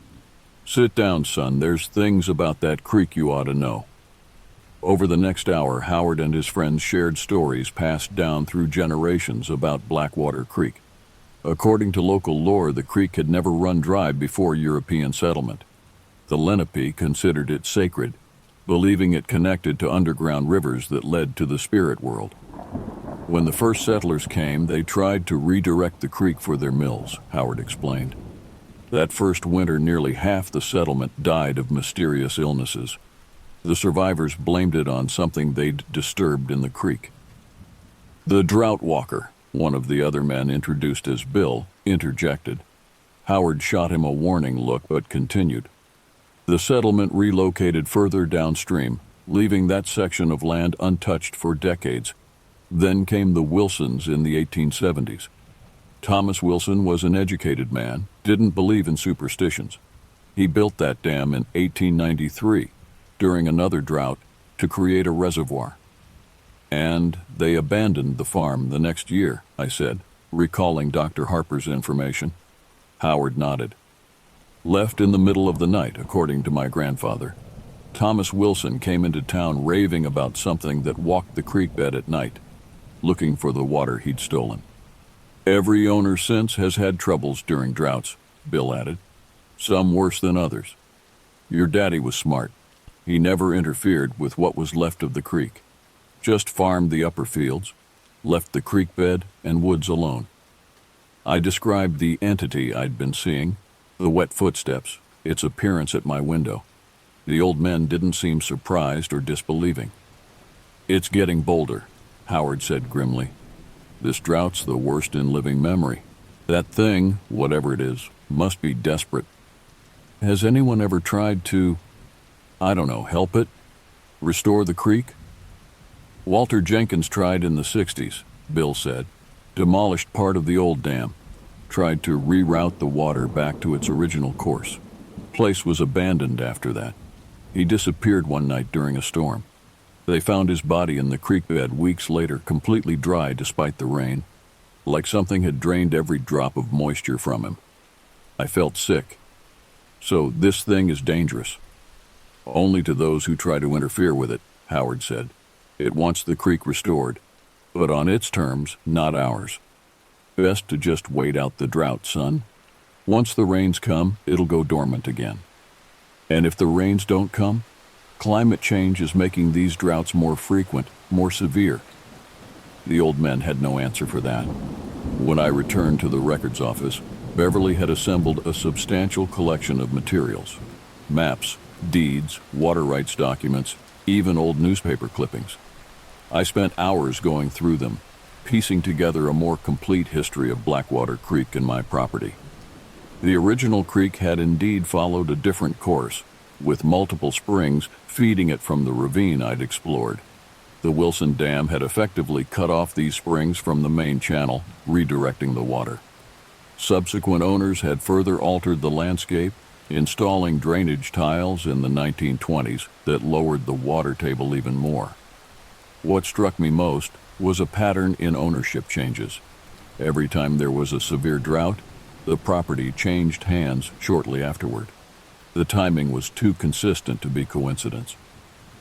As I was preparing to leave, Beverly handed me one final folder.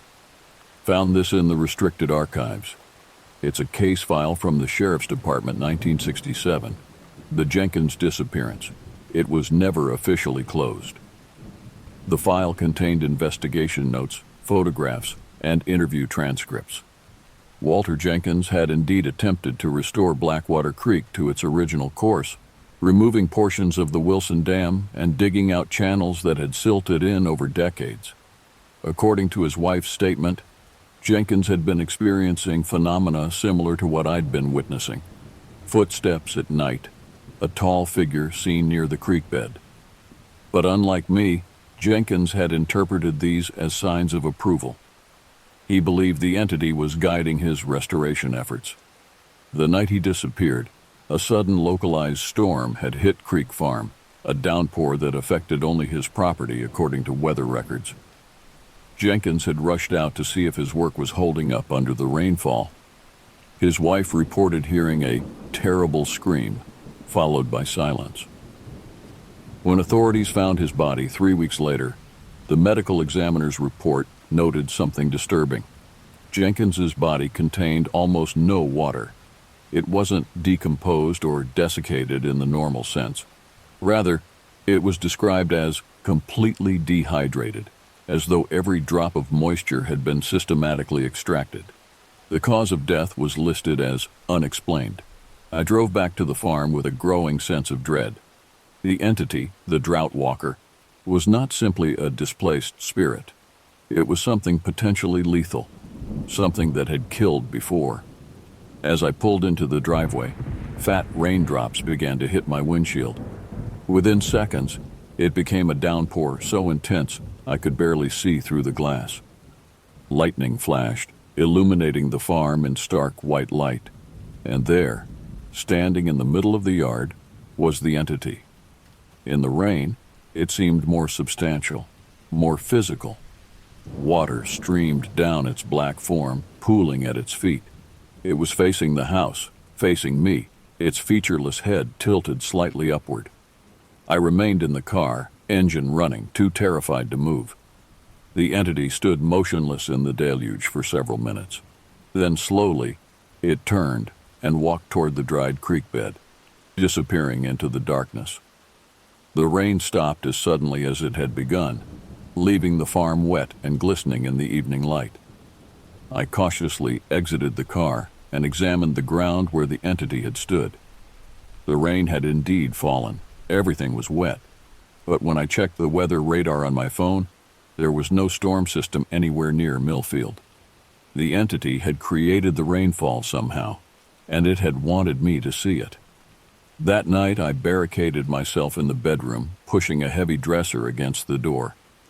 I didn't expect it to actually stop the entity if it wanted to enter, but it gave me some small comfort. I kept the lights on and tried to stay awake, but exhaustion eventually overcame me. I awoke to wet footsteps, not in the hallway or kitchen, but in my room. My eyes snapped open to see the entity standing at the foot of my bed, water dripping steadily from its form onto the hardwood floor. I couldn't move, couldn't scream. The entity leaned forward, its featureless face hovering just feet from mine. Then it raised one long arm and pointed, not at me, but toward the window. Fighting my terror, I turned to look. Through the window, I could see the creek bed illuminated by moonlight. For a moment, nothing seemed amiss. Then I noticed movement, water. A trickle at first, then stronger, flowing through the long dry channel. I looked back at the entity, which remained pointing. Its message seemed clear. It wanted me to see the waters return. Then, as I watched, it simply faded away, like mist dissipating in sunlight. When morning came, I rushed outside to examine the creek. The channel contained water, not much, just a small stream, but definitely flowing. I followed it to its source, the ravine where I'd found the spring. There, water bubbled up from the ground, cool and clear. The drought hadn't broken. The weather remained hot and dry. This water had another source, one I couldn't explain, and somehow I knew the entity had created it. Over the next few days, the water in Blackwater Creek steadily increased. What had been a trickle became a substantial stream flowing along the original creek bed that had been dry for decades. The water bypassed the Wilson Dam entirely, finding a new path that somehow matched the course shown on the pre-1893 maps. The local news reported it as a miracle and a mystery, a single creek flowing during the worst drought in recorded history. Geologists and hydrologists descended on the area, setting up monitoring equipment and taking samples. Their preliminary findings only deepened the mystery. The water was unusually pure with mineral content that matched no known local source. The entity continued to appear nightly, but its behavior had changed. Instead of pacing restlessly, it now stood at various points along the creek, as though guarding or observing the water's flow. It no longer entered the house. I kept my distance, watching from windows or the porch. Despite the scientific activity during daylight hours, no one else reported seeing the entity. It remained visible only to me. One evening, a week after the creek's mysterious revival, Howard Jennings appeared at my door, accompanied by an elderly Native American man he introduced as Joseph Redhawk. Joseph's grandfather was Lenape, Howard explained. His family never left the area when the others were forced west. He knows the old stories better than anyone. Joseph was direct. You've seen the water keeper. The name sent a chill through me. The tall black figure? Yes, I've been seeing it for weeks. Joseph nodded gravely. It is very old, from before my people came to these lands. It belongs to the water, not just any water, but this specific waterway. Joseph explained that the water keeper was a guardian spirit bound to Blackwater Creek for millennia. When settlers dammed and diverted the creek, they trapped the entity in a diminished form. During droughts, it would emerge, desperately searching for its water. It's not evil, Joseph said, but it's not human either. It doesn't understand us. It only knows its purpose, to protect the water. Then why did it kill Walter Jenkins, I asked. He was trying to restore the creek. Joseph shook his head. The waterkeeper doesn't want human interference. The water must return naturally or through its own power. Howard added grimly, Jenkins made the mistake of trying to control it. The waterkeeper took his body's water as punishment. Before leaving, Joseph warned me, it's showing you the water's return as a gift. But be careful. Drought or no drought, it's still dangerous. It exists to protect the water, not people. The next morning, I woke to dark clouds gathering despite forecasts of continued drought. The newly flowing creek had swelled overnight, now rushing with force. The entity had somehow conjured this water, creating its own solution to the drought. Scientists were baffled.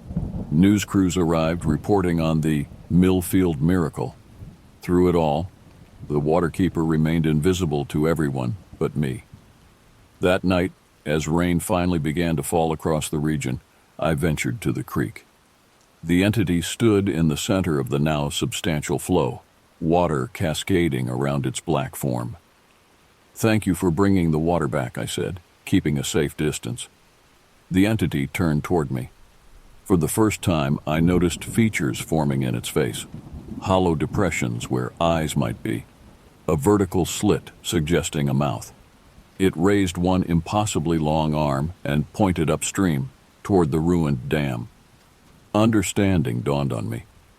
You want the dam completely removed. You want the creek fully restored. The entity lowered its arm and nodded. A single, deliberate motion. Over the next day, as rain continued to fall, I contacted authorities about removing the remains of the Wilson Dam, citing historical records and environmental concerns. The drought was breaking across the region, but I felt an urgency to complete what the waterkeeper wanted. That night, a massive storm hit. Lightning struck repeatedly near the old dam while the entity paced the property's boundaries. I watched from the house as water rose rapidly in the creek, threatening to flood. Around midnight, I heard a tremendous crack. The old dam had finally collapsed completely under the force of the water. The creek surged forward, reclaiming its original path. The house shook with the force of the storm. Wind howled, rain lashed the windows, and through it all, I could hear something else. A sound like rushing water, but deeper, more primordial. The waterkeeper was changing. By morning, the storm had passed. Blackwater Creek now followed its original course perfectly, flowing strong and clear. The drought had broken, but something else had changed too. The waterkeeper appeared to me one final time, standing in the middle of the restored creek. Its form had transformed, still tall and black, but now fluid, like animated water rather than a solid shadow.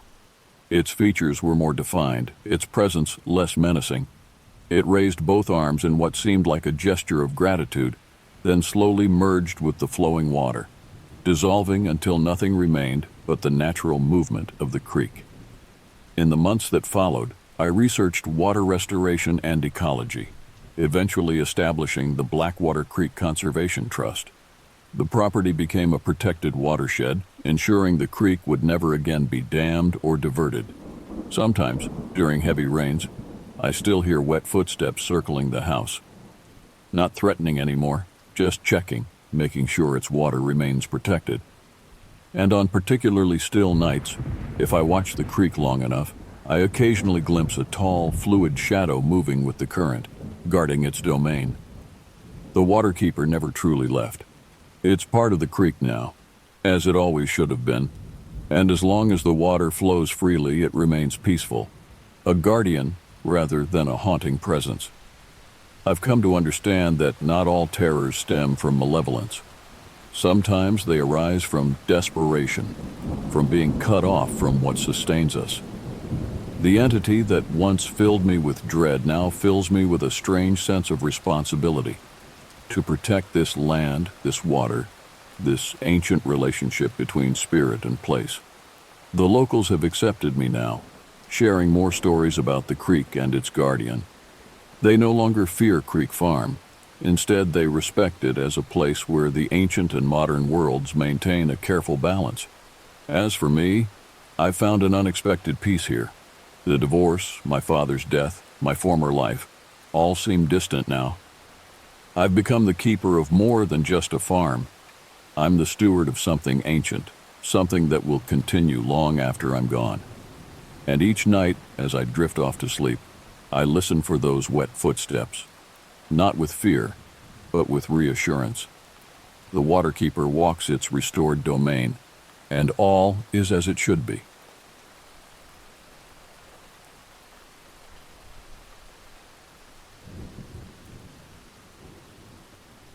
I stumbled upon an isolated cabin in a dense forest, just as the sun was setting. My name is Raylan Mendez, and I'm on a well-deserved vacation after an exhausting few months at work. Living in a bustling city, I welcomed this peaceful retreat, and it had been several days since I last saw another soul. As I settled into the rustic cabin, I couldn't help but marvel at the serenity surrounding me. The only sounds were the gentle rustling of leaves in the evening breeze and the occasional chirp of a nearby bird. After unpacking my meager belongings, I set about exploring my temporary home. The cabin was simply furnished but cozy, with a small kitchen, a living room centered around a stone fireplace, and a loft bedroom accessible by a wooden ladder. Clearly, this place had been well loved over the years, bearing the marks and patina of countless visitors seeking solace in nature, just as I was now. As the night approached, I huddled up next to a crackling fire in the living room, basking in its warmth and glow. I had brought a few books to keep me company, and I settled in with a mug of herbal tea, ready to lose myself in a story. But as I sat there, my eyes were drawn to the window, to the encroaching darkness outside. Squinting, I noticed something peculiar in the distance outside one of the windows. Unusual footprints that didn't seem quite human. The tracks were large and deep, far bigger than any animal I could think of in this region. A shiver ran down my spine despite the heat of the fire. Could it be just another animal? I shrugged, trying to dismiss my unease. Tiredness began to overtake me, the events of the day and the travel to get here finally catching up. I set my book aside, drained the last of my tea, and lay down on the couch, pulling a woolen blanket over myself. The fire had died down to softly glowing embers. Within moments, I drifted off into a deep sleep, the strange footprints forgotten. Sometime later, a loud crack outside woke me with a jolt. Heart pounding, I sat upright, straining my ears for any other sound. But there was nothing, only the normal nighttime noises of the forest. It must have been a branch falling, I reasoned. These woods were old. It wasn't uncommon for dead wood to break off, especially with a bit of wind. Still, it took me some time to calm my racing heart and fall back asleep. And even then, my dreams were troubled, full of shadowy figures and pursuers I could never quite glimpse. I woke feeling unrested, the night's events hanging over me like a dark cloud. When daylight finally came, I tried to shake off the unease that had settled in my gut. I made myself a hearty breakfast and tidied up the cabin, determined to enjoy my time here. But those strange tracks from the night before kept niggling at the back of my mind. I found myself drawn to the window again and again, scanning the tree line for any sign of what I didn't even know. Finally, I couldn't stand it anymore. Curiosity won out over caution. I pulled on my boots and a warm jacket, the morning air was crisp, and ventured outside. The tracks were still there, stark against the damp earth. Now in the light of day, they looked even more ominous. Swallowing my fear, I decided to follow them, to see where they led. I armed myself with a sturdy walking stick, more for my own reassurance than any real protection. The tracks wound through the trees, drawing me deeper and deeper into the forest, far from the safety of the cabin. I tried to tell myself that this was foolish, that I should turn back. But something compelled me forward, a burning need to know, to understand. And so I continued on, my heart in my throat, until the trail ended abruptly at a small hidden cave, crouching low amidst a jumble of boulders. Steeling myself, I peeked inside the dark mouth of the cave, only to make a discovery that chilled me to my very core. Discarded clothing, stained with what could only be blood, lay strewn across the cave floor. A wave of dizziness washed over me, and I had to grab onto the cave wall for support. This scene was all too familiar, an eerie echo of the worst moment of my life. 6 months ago, my brother had vanished without a trace during a camping trip, leaving behind nothing but his blood-stained clothes. The police had searched for weeks, but no sign of him was ever found. It was like he had simply vanished off the face of the earth. And now, here I was, miles from anywhere, faced with the same grim scenario. Every instinct screamed at me to run, to get as far away from this place as I could. But I couldn't. Not now. Not when I might finally have a chance to find out what happened to my brother. I took a deep breath, trying to steady my shaking hands. I knew what I had to do. I had to see this through, no matter where it led.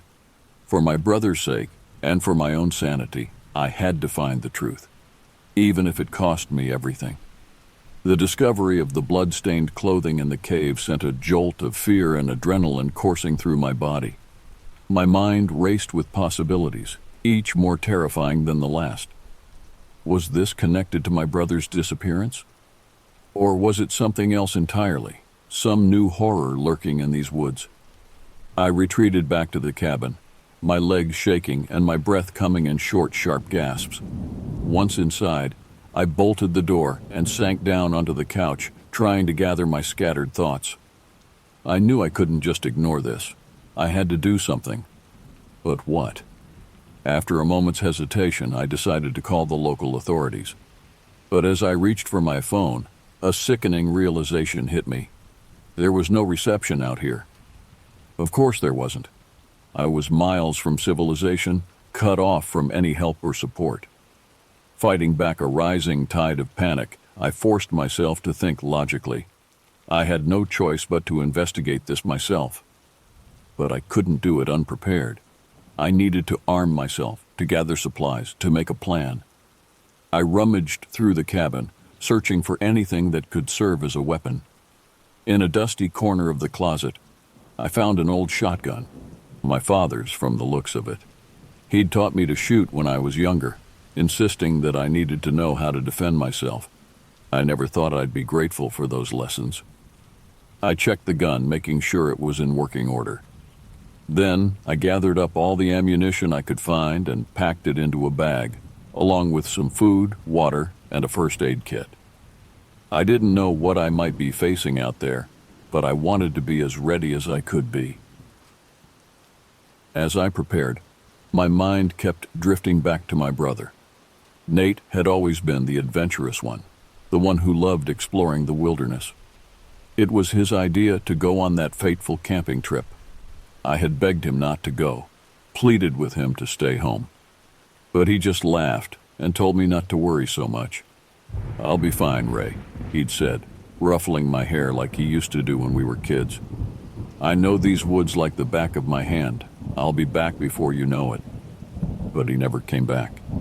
And now, as I stood in this lonely cabin, armed to the teeth and ready to face whatever horrors might lie ahead, I couldn't help but wonder. Was I chasing a ghost? Or was I about to meet the same fate as my brother? I pushed those thoughts aside. I couldn't afford to let fear or doubt cloud my judgment. Not now. I had a job to do, and I was going to see it through no matter what. I waited until darkness fell before venturing back out. I didn't want to risk being seen or heard. The woods seemed to close in around me as I crept through the shadows, my senses heightened, my nerves stretched taut. I retraced my steps from earlier, following the path back to the cave. As I drew near, a sense of dread began to build in the pit of my stomach. Something felt wrong here. The air was too still, too heavy, and there was a smell on the wind, a sickly, cloying scent that made my gorge rise. Steeling myself, I approached the mouth of the cave, my shotgun at the ready. I clicked on my flashlight, casting a beam of light into the darkness.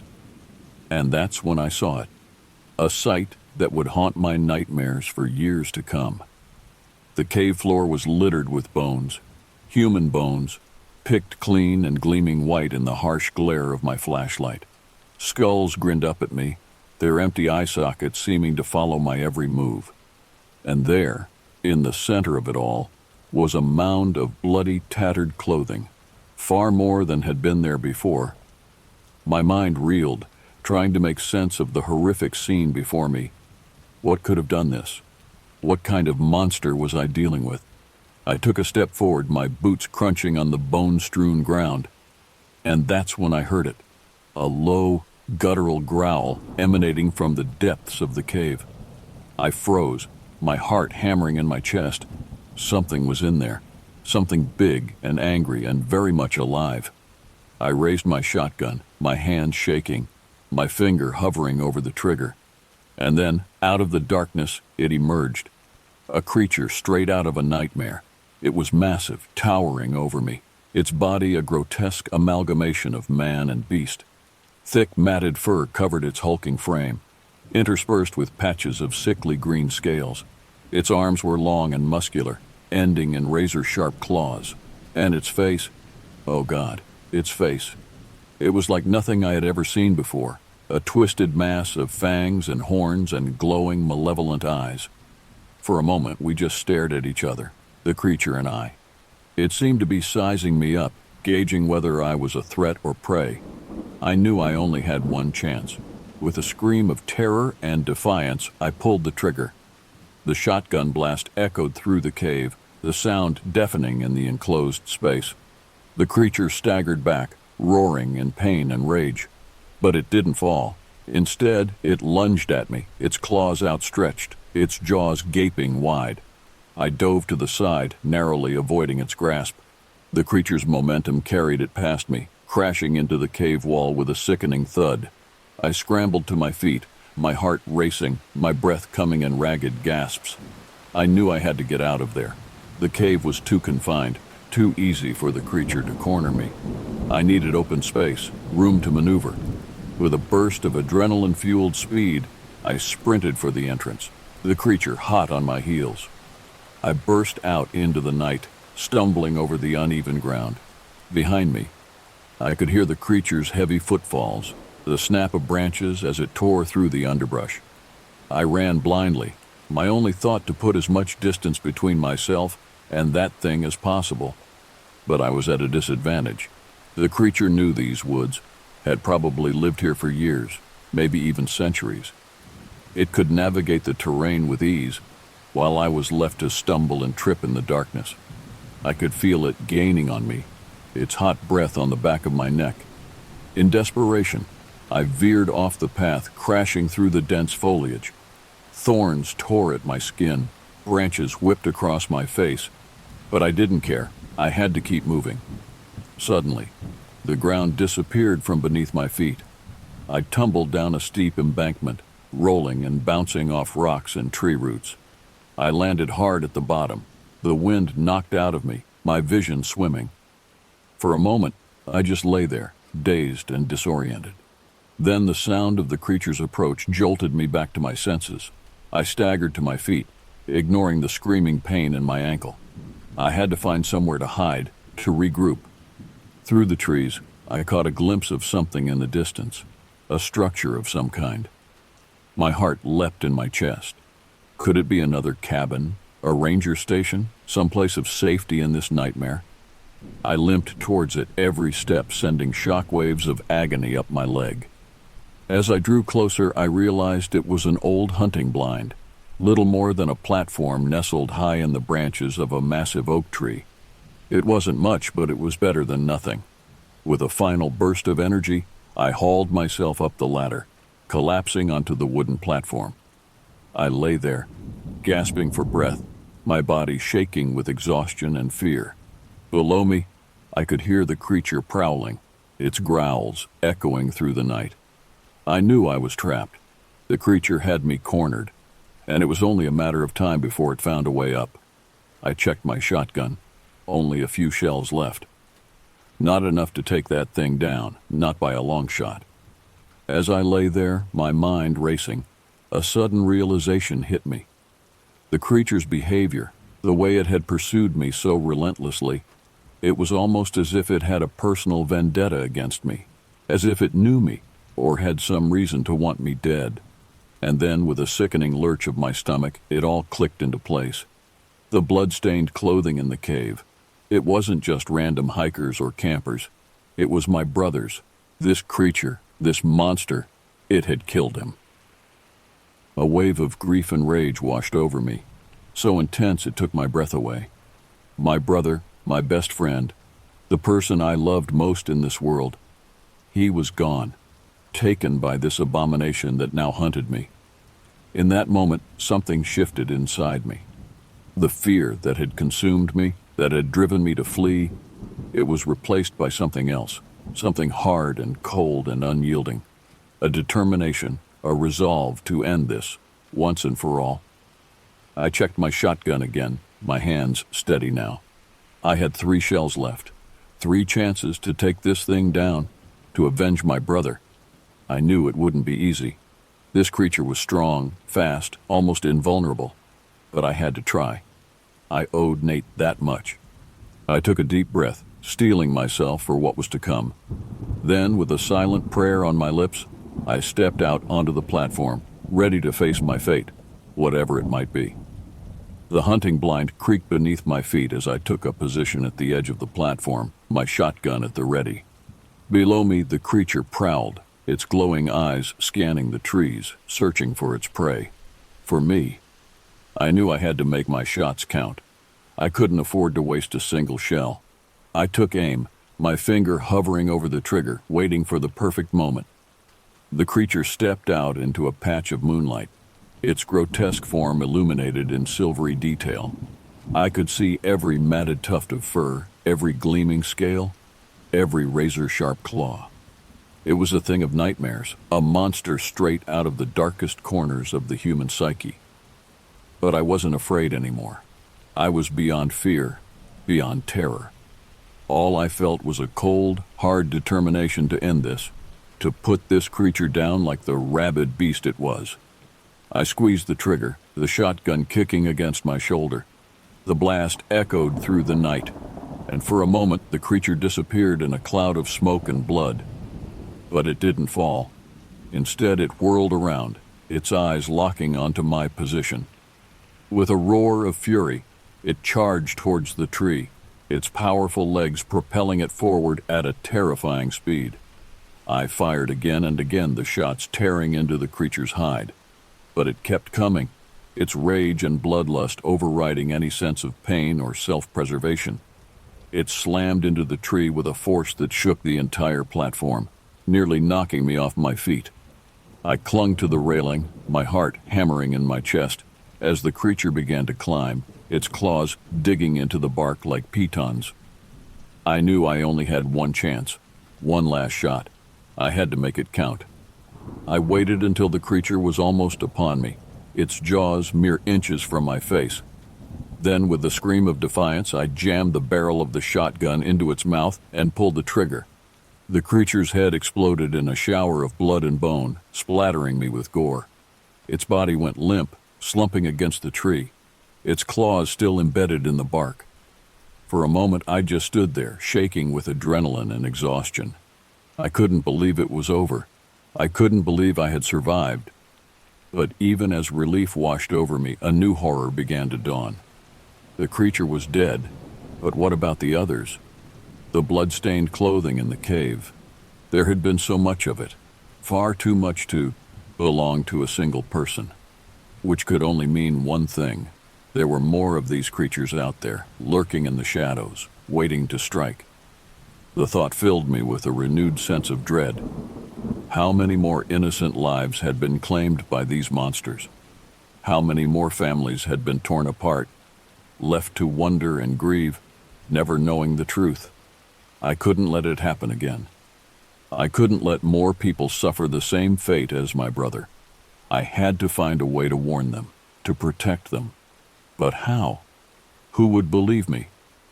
I had no proof, no evidence beyond my own word and the mangled corpse of the creature at my feet. And even if I could convince someone, what then? How do you fight an enemy that defies all logic and reason, that seems to exist outside the very laws of nature? As I stood there, lost in my own dark thoughts, a sudden sound snapped me back to reality, a twig snapping, somewhere in the darkness below. Then another and another. My blood ran cold. They were here, the other creatures. They had heard the commotion, smelled the blood of their fallen kin, and now they were coming for me. I could hear them moving through the underbrush, their heavy footfalls growing louder with each passing second. I counted at least 3, maybe 4. Too many to fight, even if I had the ammunition. I had to run, had to find a way out of these woods before they closed in. But where could I go? The cabin was too far, and the terrain was treacherous in the dark. One wrong step and I could end up with a broken leg, easy prey for the creatures. Then, through the trees, I caught a glimpse of something. A glimmer of light, faint but steady. A campfire maybe, or a lantern. And where there was light, there were people. It was a long shot, but it was my only hope. I had to reach that light, had to find whoever was out there and warn them. Maybe together we could find a way to survive this nightmare. With a final glance at the dead creature, I turned and ran, plunging into the darkness of the forest once more. Behind me I could hear the creatures giving chase, their howls echoing through the night like the cries of the damned. I ran like I had never run before, my lungs burning, my legs screaming with every step. Branches whipped at my face, roots threatened to trip me up. But I couldn't stop, couldn't slow down, not with those things behind me. The light grew closer, brighter. I could make out shapes now, the outlines of tents and vehicles, a campsite just as I had hoped. I could hear voices too, the murmur of conversation, the crackling of a fire. I burst into the clearing, startling the campers gathered around the flames. They looked up at me in shock and confusion, taking in my wild-eyed expression, my blood-splattered clothes. "Run!" I screamed, my voice ragged with fear and exhaustion. "There are monsters in the woods. They're coming this way. We have to go now." For a moment, they just stared at me, uncomprehending. Then, from the tree line behind me, came a sound that froze the blood in their veins. The same guttural growl I had heard in the cave, multiplied by a factor of 3. Chaos erupted as the creatures burst into the campsite, their eyes glowing with hunger and malice. People screamed, scattering in all directions. Some ran for the vehicles, others for the dubious safety of the tents. I stood my ground, placing myself between the creatures and the fleeing campers. I had no weapon, no means of defense, but I couldn't let these people die, couldn't let the creatures claim more victims. The creatures advanced, their jaws slavering, their claws flexing. I braced myself for the end, for the feel of those teeth tearing into my flesh. But it never came. Instead, a blinding light erupted from behind me, bathing the entire clearing in a harsh, unnatural glow. The creatures recoiled, shrieking in pain and rage. I turned, shielding my eyes to see a group of figures emerging from the largest of the tents. They were clad in strange, form-fitting suits, their faces obscured by dark visors. And in their hands, they held weapons unlike anything I had ever seen. Sleek, glowing devices that hummed with an unearthly energy. The figures advanced on the creatures, their weapons spitting bolts of searing light. The monsters howled and thrashed, their hides smoking and sizzling where the bolt struck. One by one they fell, their bodies dissolving into piles of ash and charred bone. In moments it was over. The clearing fell silent, save for the soft whimpering of the terrified campers and the hum of the strange weapons. The figures turned to face me, their visors retracting to reveal human faces. Grim, determined, but human nonetheless. "You're lucky we were here," one of them said, his voice flat and emotionless. "These things have been terrorizing these woods for months. We've been tracking them, trying to find a way to stop them." I opened my mouth to speak, to ask the million questions burning in my mind. But before I could utter a word, the man held up a hand, silencing me. "There's no time to explain," he said, his tone brooking no argument. "More will be coming. We have to get these people to safety, and you're coming with us. We have a lot to discuss." With that, he turned and strode away, barking orders to his team. I stood there, dumbfounded, as the campers were rounded up and herded towards a waiting convoy of armored vehicles that had appeared out of nowhere. As I was led towards one of the vehicles, my mind reeled with the implications of what I had just witnessed. These people, whoever they were, knew about the creatures, had known for some time from the looks of it. But why hadn't they warned anyone? Why let innocent people blunder into these woods, unprepared and unaware of the horrors that lurked within? And what did they want with me? I had no answers, only more questions. But one thing I knew for certain: my life would never be the same again. I had seen too much, learned too much, to ever go back to the way things were. As the vehicle rumbled to life and began to move, carrying me away from the nightmares of the forest and towards an uncertain future, I could only pray that whatever lay ahead, I would find the strength to face it, for my brother's sake, and for the sake of all those who had been lost to the darkness. The journey was a blur, a haze of winding roads and tense silence. The soldiers, for that's what they had to be, no ordinary civilians could be so heavily armed and equipped, spoke little, communicating mostly through curt hand gestures and clipped, coded phrases.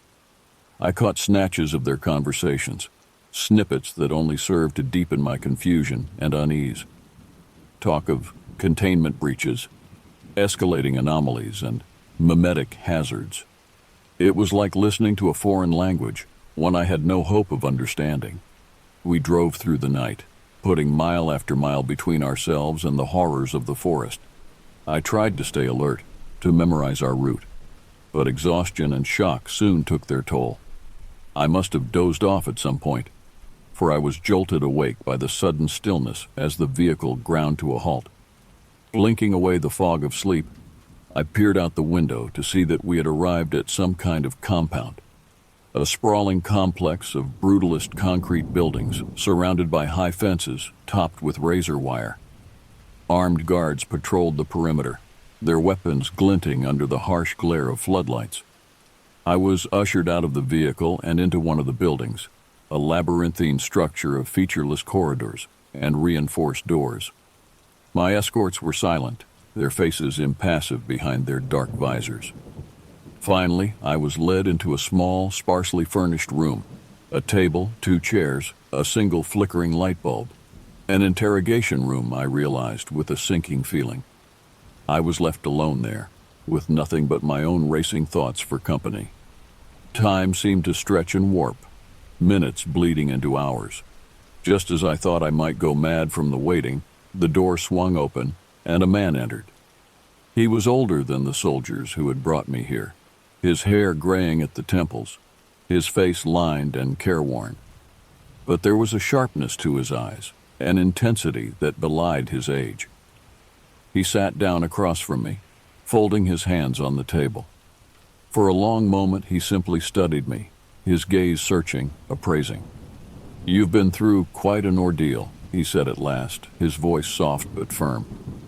"I can only imagine how confused and frightened you must be." I opened my mouth to reply, but he held up a hand, cutting me off. "Before we go any further, there are some things you need to understand," he continued, leaning forward slightly.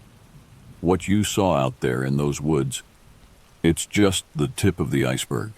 There are forces at work in this world, forces beyond the understanding of ordinary people, forces that threaten the very fabric of our reality. He paused, letting his words sink in. I could feel my heart pounding in my chest, my palms slick with sweat. For decades, we have been fighting a secret war against these forces, the man went on, his voice taking on a grim, determined edge. A war to keep humanity safe, to protect them from the horrors that lurk in the shadows. But we can't do it alone. We need people like you, people who have seen the truth, who have the courage and the will to stand against the darkness. I shook my head, trying to process the enormity of what he was saying. It was too much, too fast. I felt like I was drowning, flailing in a sea of secrets and lies. Why me? I managed to croak out, my voice sounding small and frightened even to my own ears. Why did you bring me here?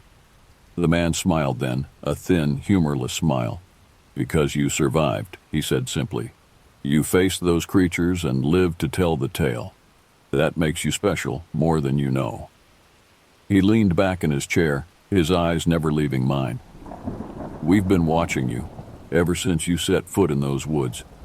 We knew there was a chance you might encounter the creatures, might see things you shouldn't. And we were right. A chill ran down my spine at his words. They had known. They had known about the creatures, had known I was walking into danger, and they had let it happen. So what now? I asked, my voice trembling slightly. What do you want from me? The man's expression turned serious, almost solemn. I want you to join us, he said, his voice ringing with conviction. I want you to become part of our fight, to help us protect the world from the horrors that threaten it. It won't be easy, and it won't be safe, but it is necessary. The fate of humanity may well depend on it. I sat there, stunned, my mind reeling. Join them? Become part of some secret war against the forces of darkness? It was insanity, the stuff of fantasy and nightmare. And yet, hadn't I already seen the truth of it? Hadn't I stared into the face of the impossible, the unthinkable? If such things could exist, then perhaps anything was possible. Perhaps the only choice was to stand and fight, to refuse to be a victim any longer. I took a deep breath, steeling myself for what was to come. Okay, I said, my voice barely above a whisper. I'm in. Tell me what I need to do. The man nodded, a flicker of something like pride or satisfaction crossing his face. Welcome to the fight, he said, rising to his feet. We'll start your training immediately. The world needs you, now more than ever. As I followed him out of the room, into the labyrinthine depths of the compound, I couldn't shake the feeling that I was stepping into a larger, more terrifying world than I had ever known. A world of secrets and shadows, where the line between reality and nightmare was blurred beyond recognition. But I also knew that I had no choice. My old life was gone, shattered by the horrors I had witnessed. All I could do now was move forward, into the unknown, and pray that I would find the strength to face whatever lay ahead. As the heavy doors of the compound clanged shut behind me, I felt a strange sense of calm settle over me. I was no longer the scared, helpless girl I had been just days before. I was a soldier now, a warrior in a war I had never asked for but could not refuse. Come what may, I would fight.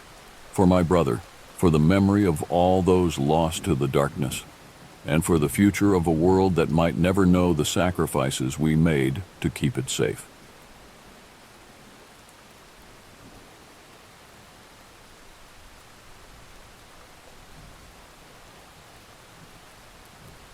Growing up in the remote wilderness of Alaska, I learned from a young age that fear was a constant companion.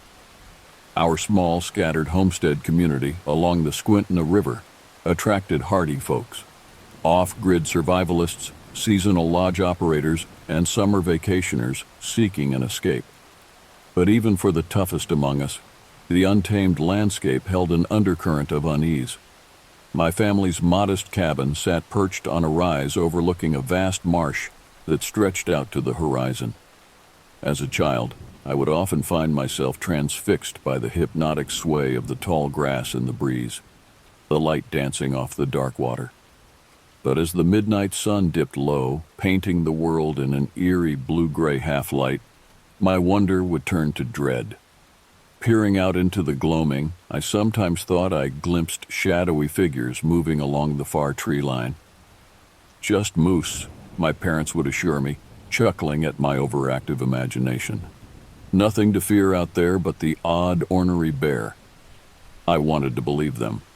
After all, hadn't Dad put down that problem grizzly himself, the behemoth lying in a crumpled heap not 30 feet from our porch? And yet in the pit of my stomach, a cold unease still twisted. It came from a place deeper than childish fears of sharp teeth and claws, an unspeakable wrongness I could not name. As I grew older, the wariness never fully left me, but neither did a burning desire to prove myself, to show that I could hack it in the untamed wilds of the last frontier. So at 16, armed with a sturdy axe, bear spray, and a .22, I began venturing out to explore our remote corner of the Alaskan bush on my own.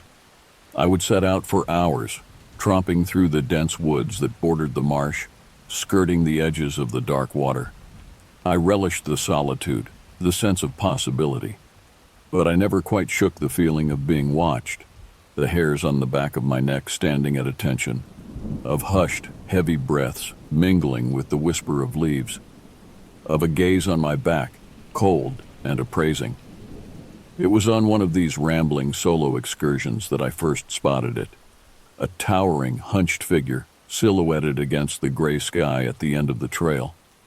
I only caught a fleeting glimpse as I sped past on my four-wheeler, but in that split second, my blood turned to ice. Its form appeared hazy, almost spectral, impossibly tall and gaunt, with long, spindly limbs ending in wicked claws. A bulbous head swiveled toward me, snouted face splitting into a jackal grin. Then, between one blink and the next, the apparition vanished. I slammed on the brakes, adrenaline screaming through my veins as I whipped around for a second look. But the trail stood empty, no sign of the nightmare creature.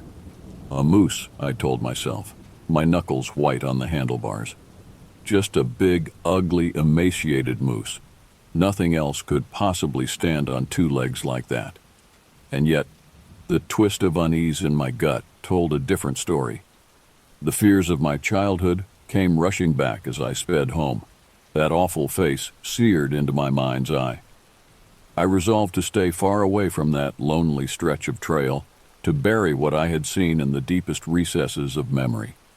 But the thing in the woods had other plans. Over the next year, subtle but unnerving changes crept over our remote homestead. Game became scarce, even for our skilled subsistence hunters. Moose carcasses turned up with unsettling frequency, the bodies broken and ravaged in ways that made even the most grizzled among us shudder. Dad would stride grimly into the house after a long day, lips pressed into a thin, bloodless line. "Found another one," he'd mutter, shrugging off his pack with a heavy sigh. "Just outside the east pasture this time. Yearling calf, looked like a horse. Damn thing had its head clean off." Mom would make the sign of the cross, murmuring a prayer under her breath. We all knew the protocol by now. The dogs were kept in at night, scraps burned promptly. No trace could remain to draw scavengers, or worse, to our doorstep. The killings inched closer, bolder. A headless bull moose splayed obscenely in front of the tool shed, cloudy eyes fixed on the house in an accusatory stare. Massive paw prints gouged into the foundation, the earth churned as if by a piece of heavy machinery. Whispered stories filtered in from across the marsh, of a neighbor returning home to find his huskies cowering beneath the crawl space, a massive, foul-smelling creature trying to force its way inside, of a leg found dangling gruesomely from the high branches of a spruce, the femur snapped clean in two. I kept my own chilling encounters to myself, but the dread grew with each passing day. those fleeting glimpses of spindly limbs and hooded eyes in the tree line, guttural howls that shook the windows and reverberated in my chest. The distinct feeling of being hunted, stalked by an intelligence far beyond that of any normal beast. It all came to a head on a late summer evening, the light just beginning to fade to that unsettling blue-gray. I lay on my bed with a book, trying to ignore the oppressive sense of foreboding that seemed to permeate every inch of the house. That's when I heard it. Heavy footfalls thudded across the lawn, clumsy and lumbering. Then an ear-splitting crack as something slammed into the side of the house with incredible force. A fist? A tree branch? I sat bolt upright, heart jackhammering painfully against my ribs. The thing outside panted and snuffled, heaving breaths, stertorous and thick with phlegm. A cloying carrion reek wafted through the window screen, the bouquet of an open grave.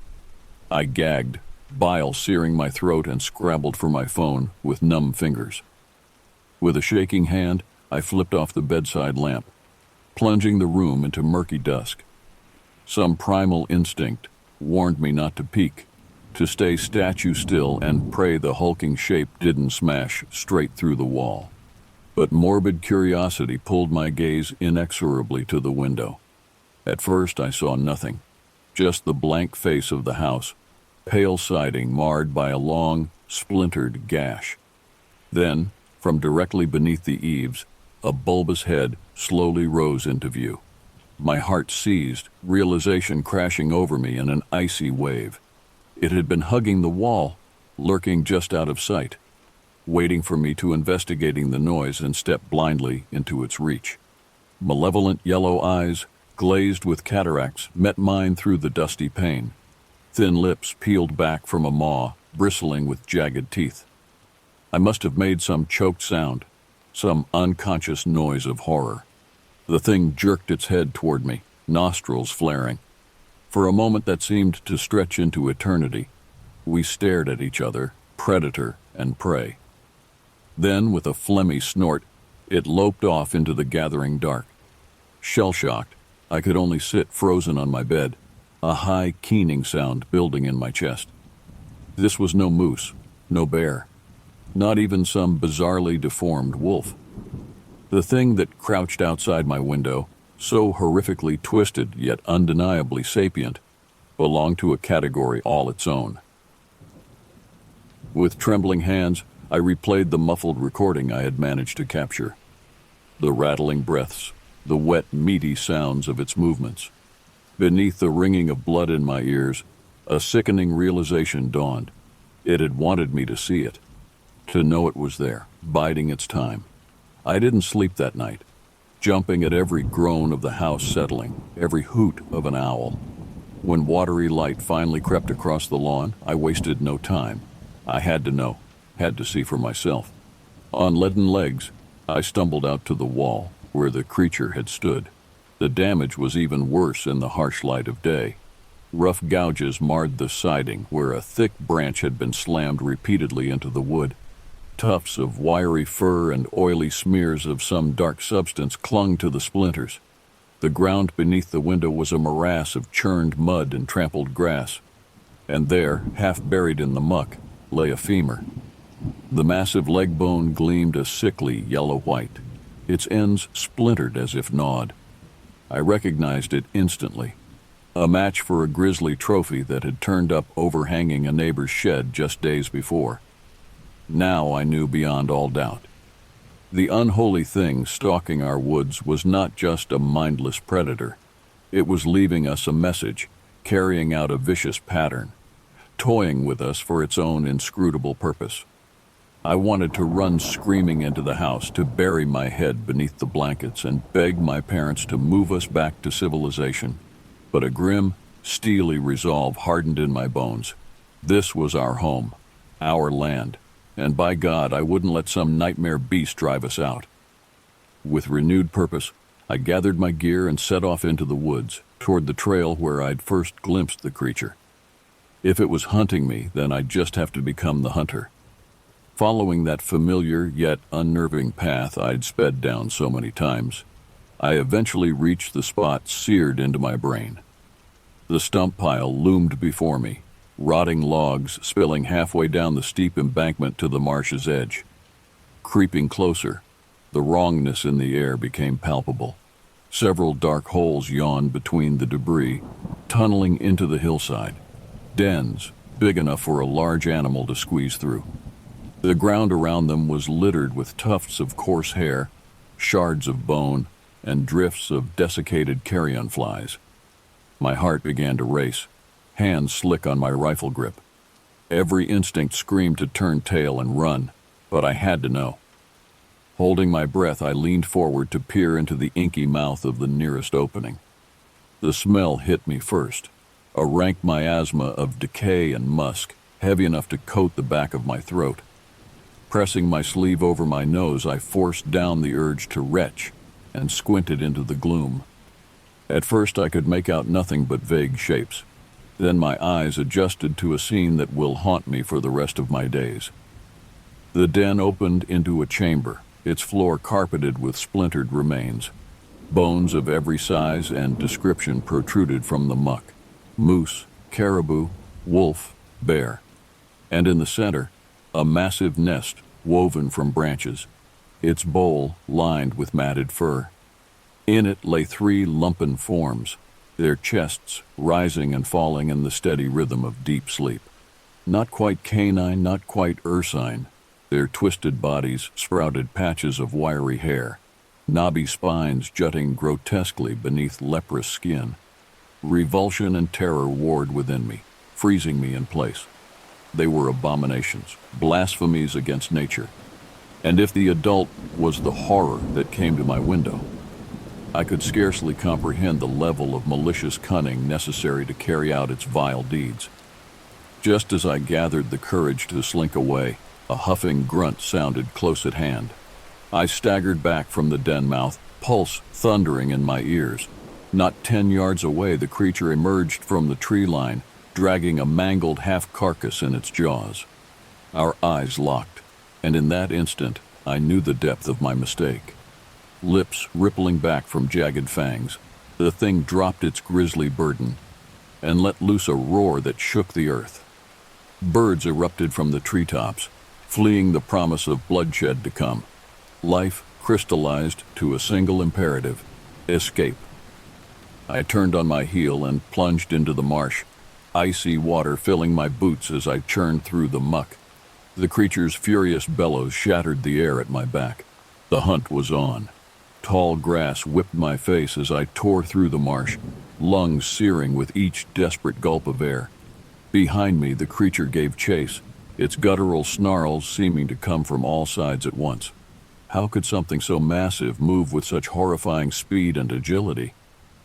My mind raced as fast as my feet, throwing out silent pleas to any deity that might listen. Let me reach the tree line. Let my feet find purchase in this sucking mire. Let my rifle stay dry, stay ready.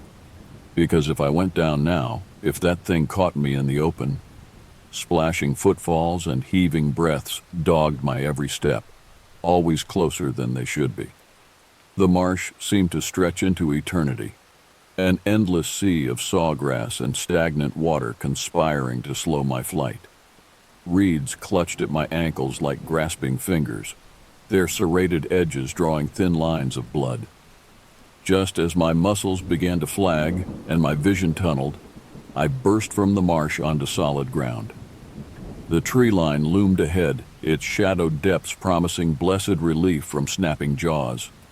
With a final surge of adrenaline, I sprinted for the forest fringe, grasping for low-hanging branches to pull myself faster. The creature bellowed in rage as I plunged into the undergrowth, putting precious distance between us. But my elation was short-lived. These were its woods, its domain. Even if I managed to shake my pursuer for a moment, I had to assume it could track my scent, anticipate my path. I needed to outsmart it long enough to break for open ground and safety. Forcing down my thundering pulse, I willed myself to think. There was a place, an old prospector's mine, not far from here. More of a hole in a hillside than a true tunnel. If I could reach it, squeeze into that narrow shaft, The beast would be too large to follow. It might be my only chance. Veering sharply to the left, I crashed through a screen of devil's club, ignoring the barbs tearing at my skin. The snarls behind me took on a confused, frustrated edge, but didn't falter. I silently thanked my father for the years of drilling navigation into my thick skull as I hurtled over fallen logs and zagged between boulders. The creature would have my scent, but it couldn't outmaneuver me. At last, the maw of the prospector's tunnel came into view, a triangular scar in the lichen-crusted rock. Putting on a final burst of speed, I scrabbled up the scree slope and flung myself into the opening. The shaft was a tight fit, all jagged stone and stifling darkness, but I wedged myself as far back as I could, heart beating a painful tattoo against my ribs. An enraged howl split the air, so close it sent pebbles skittering down the rock face. I shoved my fist against my mouth to stifle a whimper, as a massive, malformed paw swiped at the entrance. Once, twice, claws scraped against stone, a snout puffed fetid air, but the tunnel held. I was safe, for now. Outside, the creature paced, keening its fury for the forest to hear. I hunched against the chill stone and tried to calm my racing thoughts. If I could just wait it out until dark, maybe I could slip away, find my way back to the homestead. But as the hours crawled by and my muscles cramped and chest ached, a horrible truth crept over me.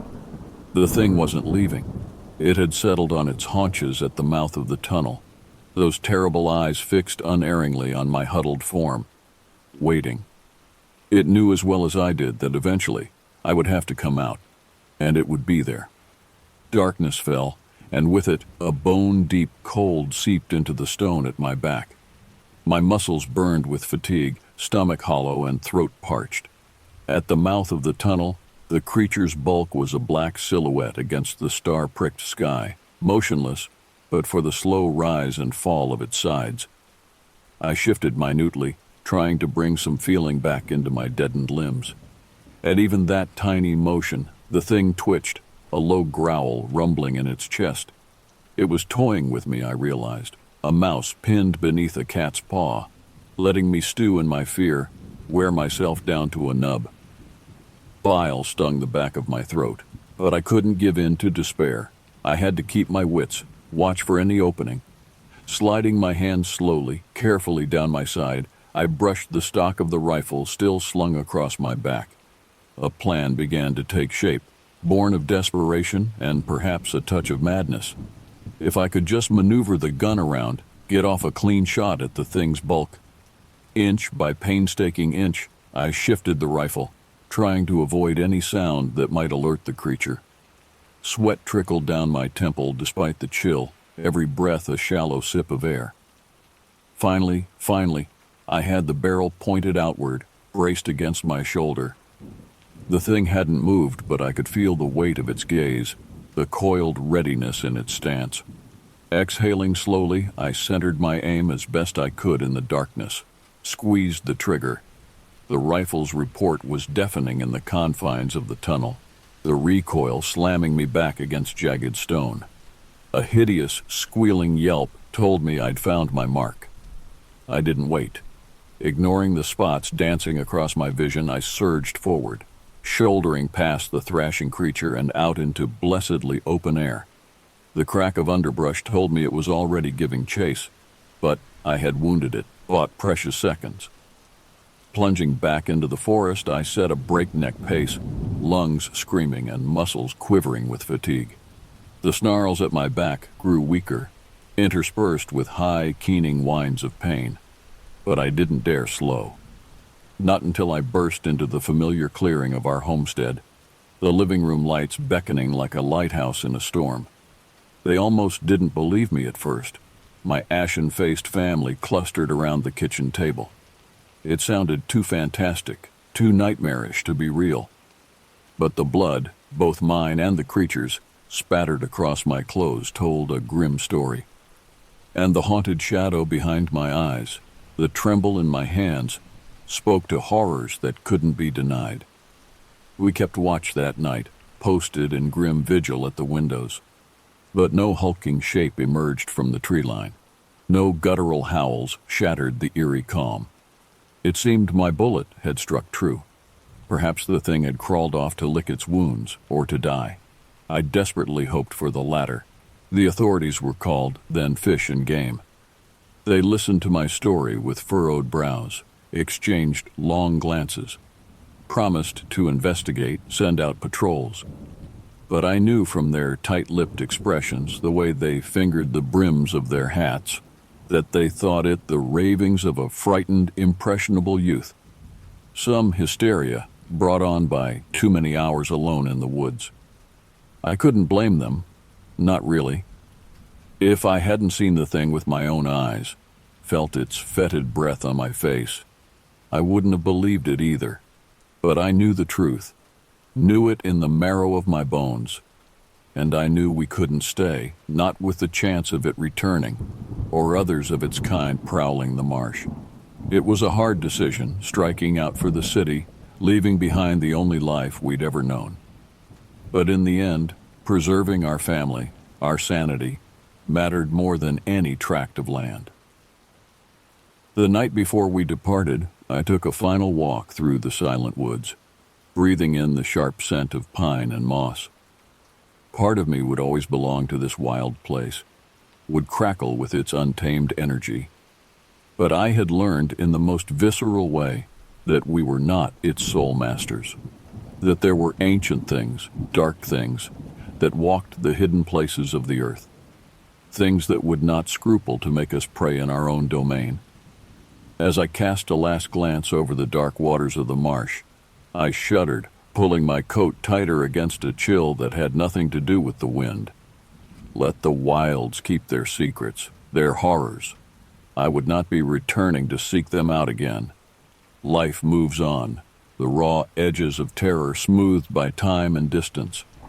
But there are still nights I startle awake in a cold sweat, the echo of guttural howls chasing me up from dreams. Still times I see shadows move in the periphery of my vision, and my pulse quickens, muscles tensing to run. I've learned to live with it, the small, vigilant part of me that will always scan the horizon for hulking shapes, strain to hear the crack of underbrush beneath heavy tread. A hard-won wisdom, a scar on the psyche that will never fully fade. But it's a small price to pay, I suppose, for the chance to grow old, to watch the seasons turn beyond a pane of glass, secure in the knowledge that the only monsters are the ones we make for ourselves. Still, on certain evenings, when the wind moans through the eaves and the light fades to a murky gray, I can't help but wonder, does it still prowl those lonely woods, nursing its wounds, its hate? Do its offspring feed and grow, learning the ways of the hunt? And will some distant part of me, the frightened boy crouched in the darkness, be forever trapped in the periphery of its gaze, waiting for the day when the fading scent of my fear calls it back to finish what it started? I pray I never learn the answer.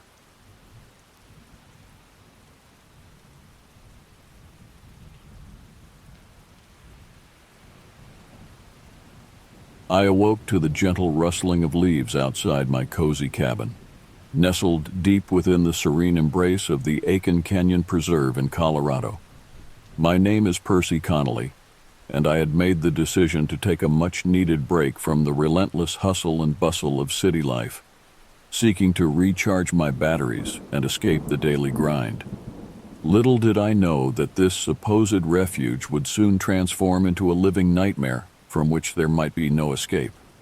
In my previous life, I had been a successful financial analyst, a career that afforded me the luxury of owning this secluded cabin retreat.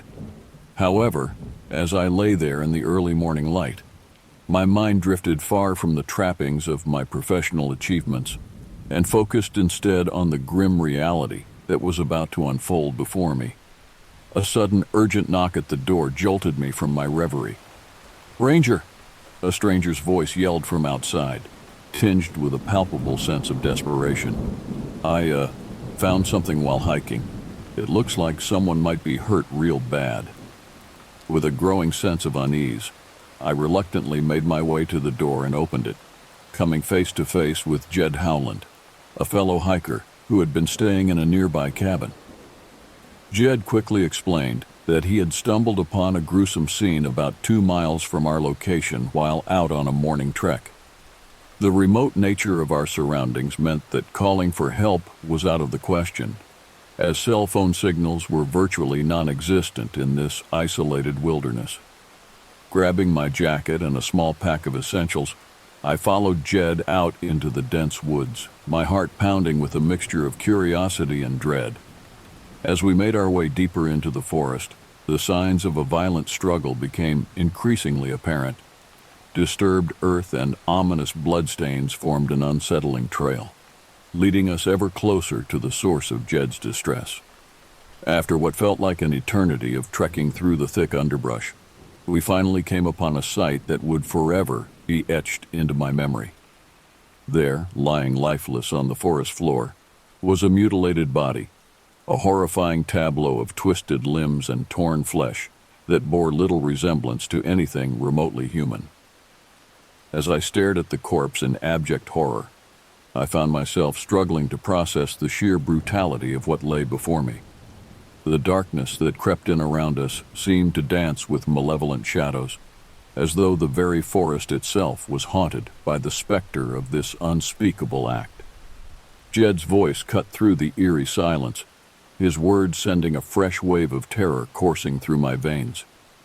He spoke of missing persons from different generations who had visited this area, all of whom had vanished without a trace, leaving behind only whispered legends of the ghastly events that plagued these woods. With a growing sense of urgency, we decided to head back to my cabin to retrieve a flashlight and some proper equipment before attempting to investigate further.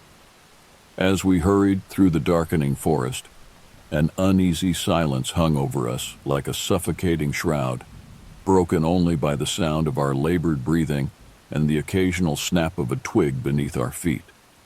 Upon reaching the cabin, our frantic search yielded a handful of distress flares, the only means of signaling for help in this remote wilderness, miles away from the nearest hint of civilization. With trembling hands, I fired off a flare, the sudden burst of light illuminating the surrounding trees for a brief moment. It was then that I caught a glimpse of movement in my peripheral vision, a fleeting shadow that seemed to melt into the darkness as quickly as it had appeared. I tried to convince myself that it was merely a trick of the light, or perhaps some nocturnal creature startled by our presence, but the unease that had settled in the pit of my stomach continued to grow with each passing second. Lacking any other viable options, Jed and I decided that waiting idly for help was not an option.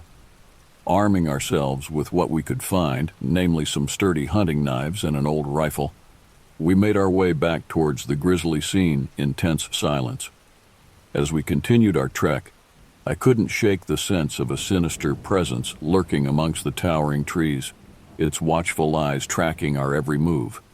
The feeling amplified to near suffocating levels when Jed suddenly pointed out strange markings gouged into the soft earth, tracks unlike any he'd encountered before in his many explorations. They appeared to be paw prints at first glance, yet something wasn't quite right about their shape or size. On closer inspection, there was an unsettlingly humanoid quality to them, as if some nightmarish fusion of animal and man had passed through mere moments ago. Shuddering breaths escaped my lungs as the implication sunk in. Perhaps we weren't alone in these accursed woods after all. The horrific discovery of the unfamiliar tracks sent shivers down my spine, intensifying the already palpable sense of fear that gripped me. Jed and I exchanged nervous glances, a feeble attempt at laughter escaping our lips as we recalled the cliched tropes of countless horror films we had watched in our youth. "We better not split up like those dumb teenagers always do," Jed joked weakly, his voice betraying the unease that lurked beneath his forced bravado. For a brief moment, the banter between us managed to take the edge off our mounting terror, but that fleeting respite was shattered when a grotesque figure emerged from the foliage before us. The creature stood upright, its form bearing a sickening resemblance to that of a human, yet horribly distorted and twisted in ways that defied comprehension. Leathery skin stretched taut over angular bones that seemed to have been sharpened into spear-like protrusions, while eyes the color of putrid yellow gleamed with a predatory menace. Its gaping maw, filled with cracked and jagged teeth, opened in a silent scream as it lunged towards Jed with supernatural speed and ferocity. In a blur of vicious claws and flailing limbs, the creature slashed across Jed's chest before he could even begin to react, leaving him crumpled and bloodied on the forest floor. Acting on pure instinct, I raised my rifle and fired off a series of shots, each one ringing out through the trees like an ominous harbinger of our impending doom. To my surprise and fleeting relief, the creature let out an ear-splitting howl of pain, seemingly disoriented by the sudden barrage of gunfire. It retreated back into the shadows, vanishing as quickly as it had appeared, and leaving me alone with Jed's motionless form at my feet. Panic threatened to overwhelm me as I called out desperately for help, my voice echoing through the pitch-black forest in a futile plea for assistance. The deafening silence that greeted me in response served only to reinforce the grim reality of our situation. There would be no rescue, no escape from the nightmarish entity that seemed hell-bent on claiming us as its prey. I could feel the weight of its predatory gaze upon me, tracking my every movement with a kind of single-minded focus that sent icy tendrils of fear snaking through my veins. The only small comfort I could find amidst the all-consuming terror was the cold, hard metal of my weapon clasped tightly in my trembling hands, a fragile lifeline that represented my sole hope for survival against this monstrous adversary. With a heavy heart, I dragged Jed's lifeless body behind a large tree, concealing him from the creature's view as best I could. For a brief moment, I considered trying to call for help once more, but the grim realization that doing so would only serve to draw more unsuspecting souls into this waking nightmare quickly quashed that notion. No, I decided, gathering what little remained of my courage. If I was to have any hope of making it out of this accursed forest alive, I would need to rely on my own wits and strength. Steeling myself against the rising tide of fear that threatened to engulf me, I set off in the opposite direction from where we had encountered the creature, my initial purpose for being in these woods now little more than a distant memory. All that mattered now was escape, or failing that, finding some way to stop this abomination before it could claim any more innocent lives. As I stumbled forward through the undergrowth, gnarled roots seeming to twist and writhe beneath my feet, as if possessed by some malevolent will of their own, I found myself brought up short by the sound of heavy breathing echoing through the trees around me. A chill ran down my spine as I froze in place, too terrified to move or cry out, lest I draw the creature's attention. It stalked me with predatory cunning, moving in slow, deliberate steps as it closed the distance between us. Without warning, a jagged talon slashed through the air behind me, sinking into my shoulder and tearing a ragged channel through flesh and sinew with a wet, sickening sound. White-hot agony exploded through me, and I bit back a scream, the taste of blood flooding my mouth as I stumbled forward blindly. The searing pain from the creature's vicious slash burned through my shoulder, a hideous symphony of agony that threatened to consume me entirely. Panic surged through my veins as I stumbled behind another tree, my breath coming in short, ragged gasps as the grim realization sank in. Our twisted game of cat and mouse had only just begun. For a moment, I was frozen in place, my senses shrouded in a haze of fear and pain that seemed to blot out everything else. But as the initial shock began to wear off, I felt a new emotion bubbling up inside me: anger. White-hot rage at the thought of being hunted like some helpless animal by this abomination. Fury at the injustice of it all. As adrenaline flooded my system, I felt a primal survival instinct taking hold. driving me onwards despite the searing pain in my shoulder. Gritting my teeth, I forced myself to keep moving, alternating between hiding behind the towering trees and fleeing headlong through the undergrowth, all the while trying to muffle the guttural groans that threatened to betray my position. But no matter how hard I pushed myself, the creature always seemed to be just behind me, its relentless pursuit never faltering. I could hear its heavy footfalls growing closer with each passing second, the distance between us diminishing further, despite my increasingly frantic efforts to outrun it. Just when I thought all hope was lost, I caught sight of a nearby ravine cutting through the forest floor like a dark, yawning chasm. In that moment, I knew I had no choice but to use the precarious terrain to my advantage, hoping against hope that it might give me the momentum I needed to finally escape my pursuer. My vision blurred from sheer exertion and pain as I barreled headlong towards the ravine's edge with reckless abandon, heedless of the danger that lay ahead. Behind me, the creature's bellow echoed through the trees like a demonic war cry, spurring me on even as the walls of the ravine began to close in around us. Through the haze of my pounding heartbeat and labored breathing, I caught a glimpse of a dead tree teetering precariously on the chasm's edge, its gnarled branches reaching out over the abyss like skeletal fingers. In a last desperate gambit, I lunged towards it with all my remaining strength, throwing my weight against its trunk and praying that it would be enough to send it toppling into the darkness below. For a heart-stopping moment, nothing happened. But then, with an ear-splitting crack, the tree began to give way, its roots tearing free from the earth as it slowly tilted towards the ravine. The creature, too caught up in its single-minded pursuit to realize the danger, crashed headlong into the falling trunk with a sickening crunch, its momentum carrying both monster and tree over the edge and into the abyss below. As I lay there on the forest floor, my chest heaving with exertion, and my mind reeling from the sheer magnitude of what had just transpired, I could scarcely believe that I was still alive. Every scrape, every bruise seemed to throb in time with my racing heartbeat, a visceral reminder of the nightmare I had just endured.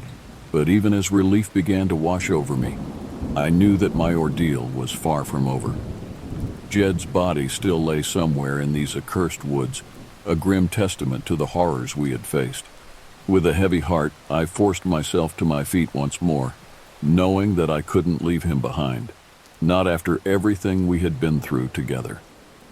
Stumbling through the once familiar terrain with tears streaming down my face and my breath coming in ragged sobs, I couldn't help but dwell on the nature of the creature that had terrorized us so mercilessly. What was it? Where had it come from?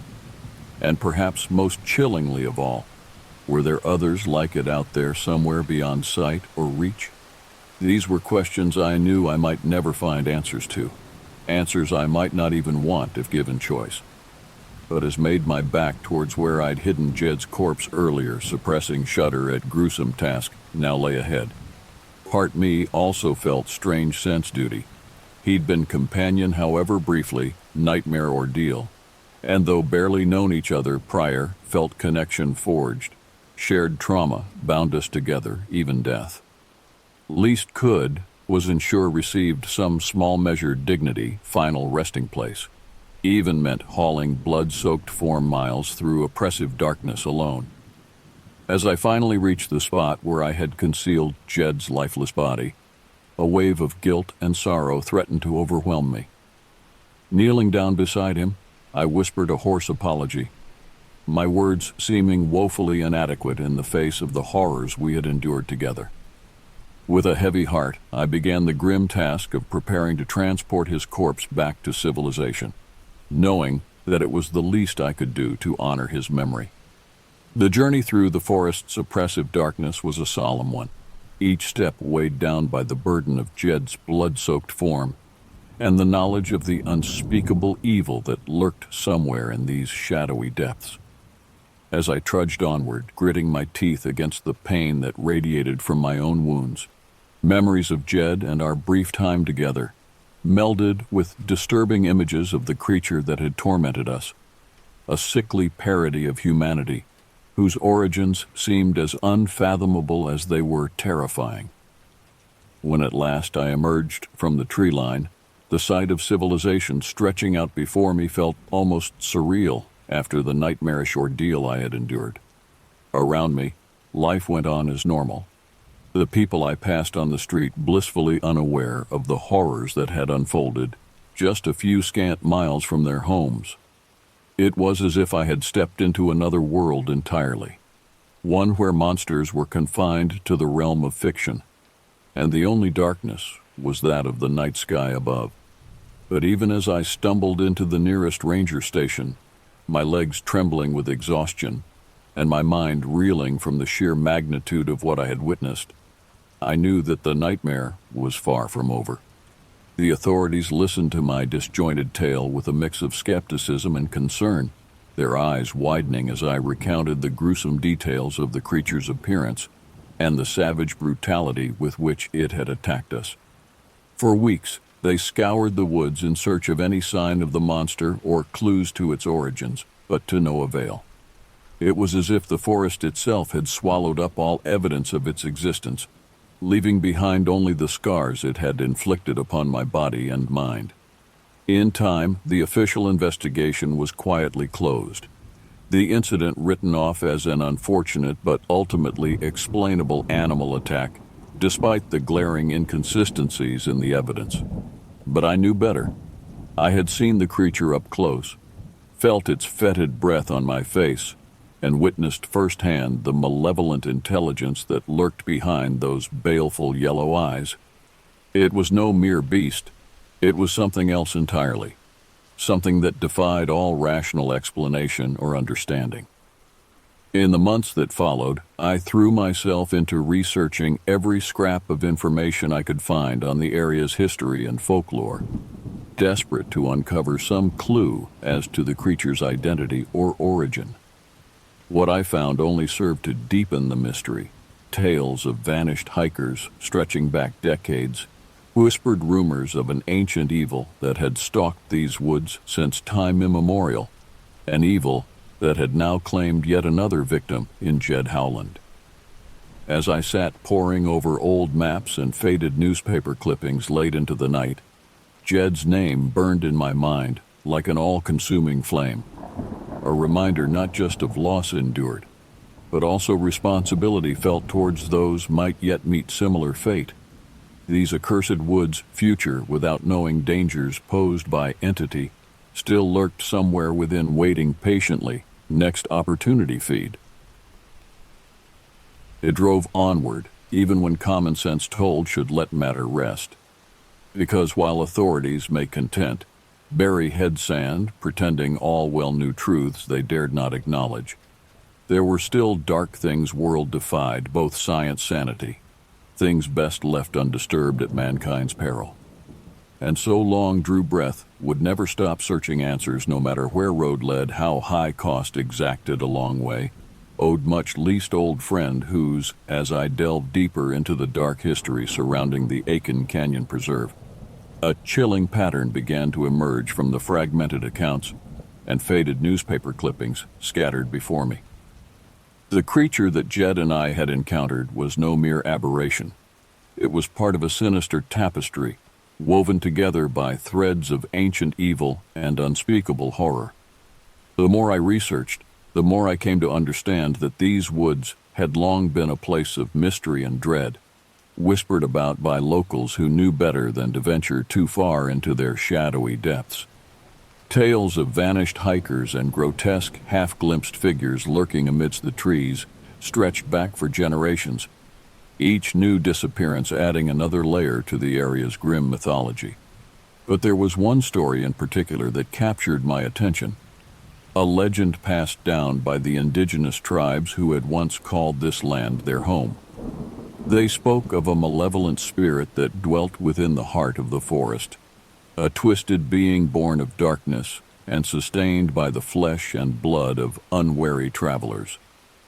According to the old tales, this entity had stalked the woods for centuries, preying upon those foolish enough to cross its path and leaving only gruesome remains in its wake. As I pored over the faded pages of ancient texts and crumbling maps, a sickening realization began to dawn on me. The creature Jed and I had faced was no mere monster. It was a manifestation of this ancient evil, a physical embodiment of the darkness that had long plagued this accursed place. And if the legends were to be believed, it was far from the only one of its kind. With each new discovery, my sense of urgency grew stronger.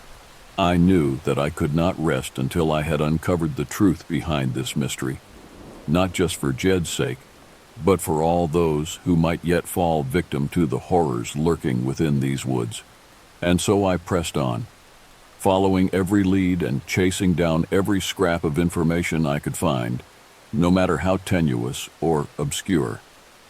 As the weeks turned into months, I began to feel as though I was being watched, not just by the living, but by something far older and more malevolent. At times, I would catch glimpses of movement out of the corner of my eye, or hear whispers carried on the wind that seemed to echo with an otherworldly cadence. But still, I persisted, driven onwards by a grim determination that had taken root deep within my soul. In time, I came to realize that confronting this ancient evil would require more than mere knowledge. It would demand sacrifice beyond reckoning from anyone willing to take up fight against powers had existed since dawn time itself. For while creature itself might slain through strength, arms, courage, spirit, true source corruption ran far deeper any single physical manifestation could contain. To truly vanquish darkness once, all meant striking very heart rot lay festering beneath surface, a task requiring not brute force cleverness but rather purity, intent, unyielding resolve, face whatever terrors elder gods themselves unleash, defense their age-old dominion over mortal realm. It is battle still wage day unseen most. A secret war waged shadows between forces light those who serve them, knowingly, otherwise. And though may never know full extent, my role conflict least can say stood ground when mattered most, even cost proved higher than ever dared imagine. For in end is perhaps only way honor memory, those like Jed whose lives stolen away too soon, nightmares made flesh, by picking up torch-fallen hands carrying forward into uncertain future, no matter paths may lead us astray a long way. Because sometimes greatest act defiance face unimaginable odds isn't defeating enemy itself, simply refusing surrender no matter comes next. And so I continue onward chasing whispers, secrets hidden plain sight, searching whatever scraps truth manage uncover amidst lies, misdirection woven throughout history land itself. It lonely road one fraught peril every turn, but also holds promise something greater. Chance strike back against primal fear has gripped hearts, minds generation after generation. Finally lay ancient ghosts rest good, or failing least bear witness. Horrors lurk just beyond edge firelight, warning those yet follow footsteps tread lightly lest suffer same grim fate befell us unawares. For now though is enough, no, I'm alone fight. That legacy courage sacrifice begun that fateful day lives on me, stalwart solitary guardian standing watch, eternal twilight between worlds ready. Face whatever fresh terrors night may bring forth, unwavering resolve, undiminished will, see bitter end come may. As must we all end, whether stand, fall, doing what believe right, even if means staring into abyss itself. Daring blink, knowing full well some questions best left unanswered. Darkest revelations capable shattering mind, body, spirit, with but briefest glimpse forbidden truths contained therein. But such risks we take when confront unknown risks worth taking, if means even slimmest chance sparing others pain. Loss suffered firsthand, enabling live lives free specter. Dread haunted every waking moment since first setting foot accursed place an eternity ago. And so long single breath remains me will never stop fighting, because alternatives simply too terrible contemplate. World forever shrouded shadow, ancient evil triumphs, once casting all light hope aside, plunging headlong into eternal abyss, from which there can be no escape.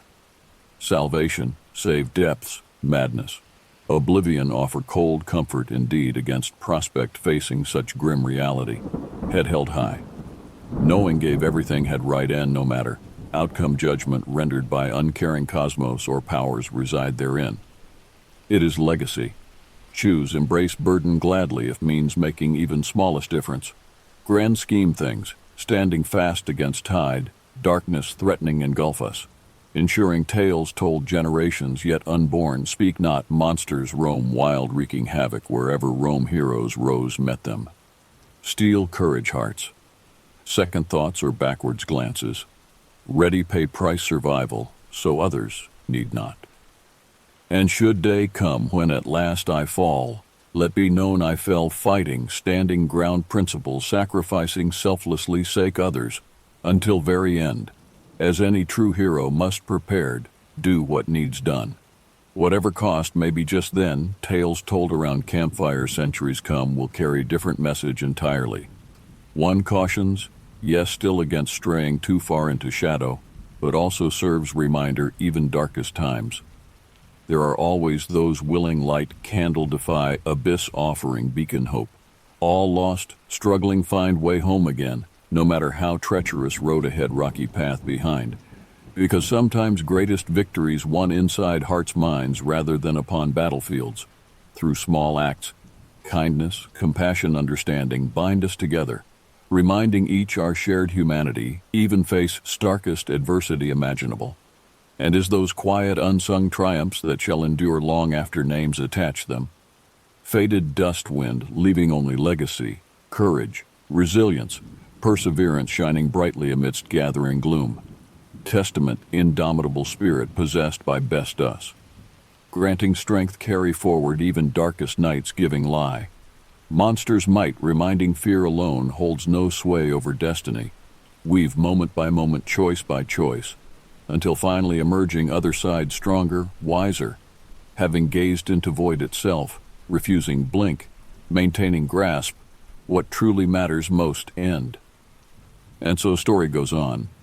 Through telling, retelling down ages, each new voice adding own embellishments, interpretations, yet never straying too far from central truths contained within, serving both warning invitation those follow footsteps left behind daring tread. Where others feared go reaping rewards, perils equal measure a long way. As must any venture beyond boundaries maps into uncharted territories soul itself. For only pushing limits discovery possible. New horizons reached, allowing expand understanding, not only world around within, opening up possibilities never before dreamt, let alone attempted, bringing tantalizingly close yet maddeningly outreach. Until at last, truth revealed in all terrible beauty, laying bare secrets, kept hidden away far too long. A reckoning sorts, ushering new age enlightenment progress built upon foundations. Hard-won knowledge, wisdom gained often great expense, but also renewed sense, purpose, destiny, propelling onwards towards brighter tomorrow. Even if means facing down demons past slaying dragons, once thought invincible, finally laying old ghosts, rest good, or at least trying anyhow. One halting, imperfect step time stumble, may making just that much easier pickup pieces carry afterwards. Secure, comforting knowledge, whatever else future holds least, didn't go down without fight. Because end is really all any us can hope for. Chance make difference. However large, small scope, grand vision. Guiding actions, shaping choices, informing decisions day in out adding up. Create mosaic life uniquely reflecting values. Ideals closest held dear, providing roadmap others follow or forge entirely paths. Yet undreamed, limited, only strength conviction possessed. Tempered hard-earned experience culminating point where meet unknowable head. First consequences fully prepared walk through fire. Necessary order come out other side reborn phoenix ashes stronger. Brighter burning with intensity. Purpose cannot help but lightweight generations come drawing them like moths. Flame fascinated by daring audacity. Willingness risk everything behalf something larger than selves.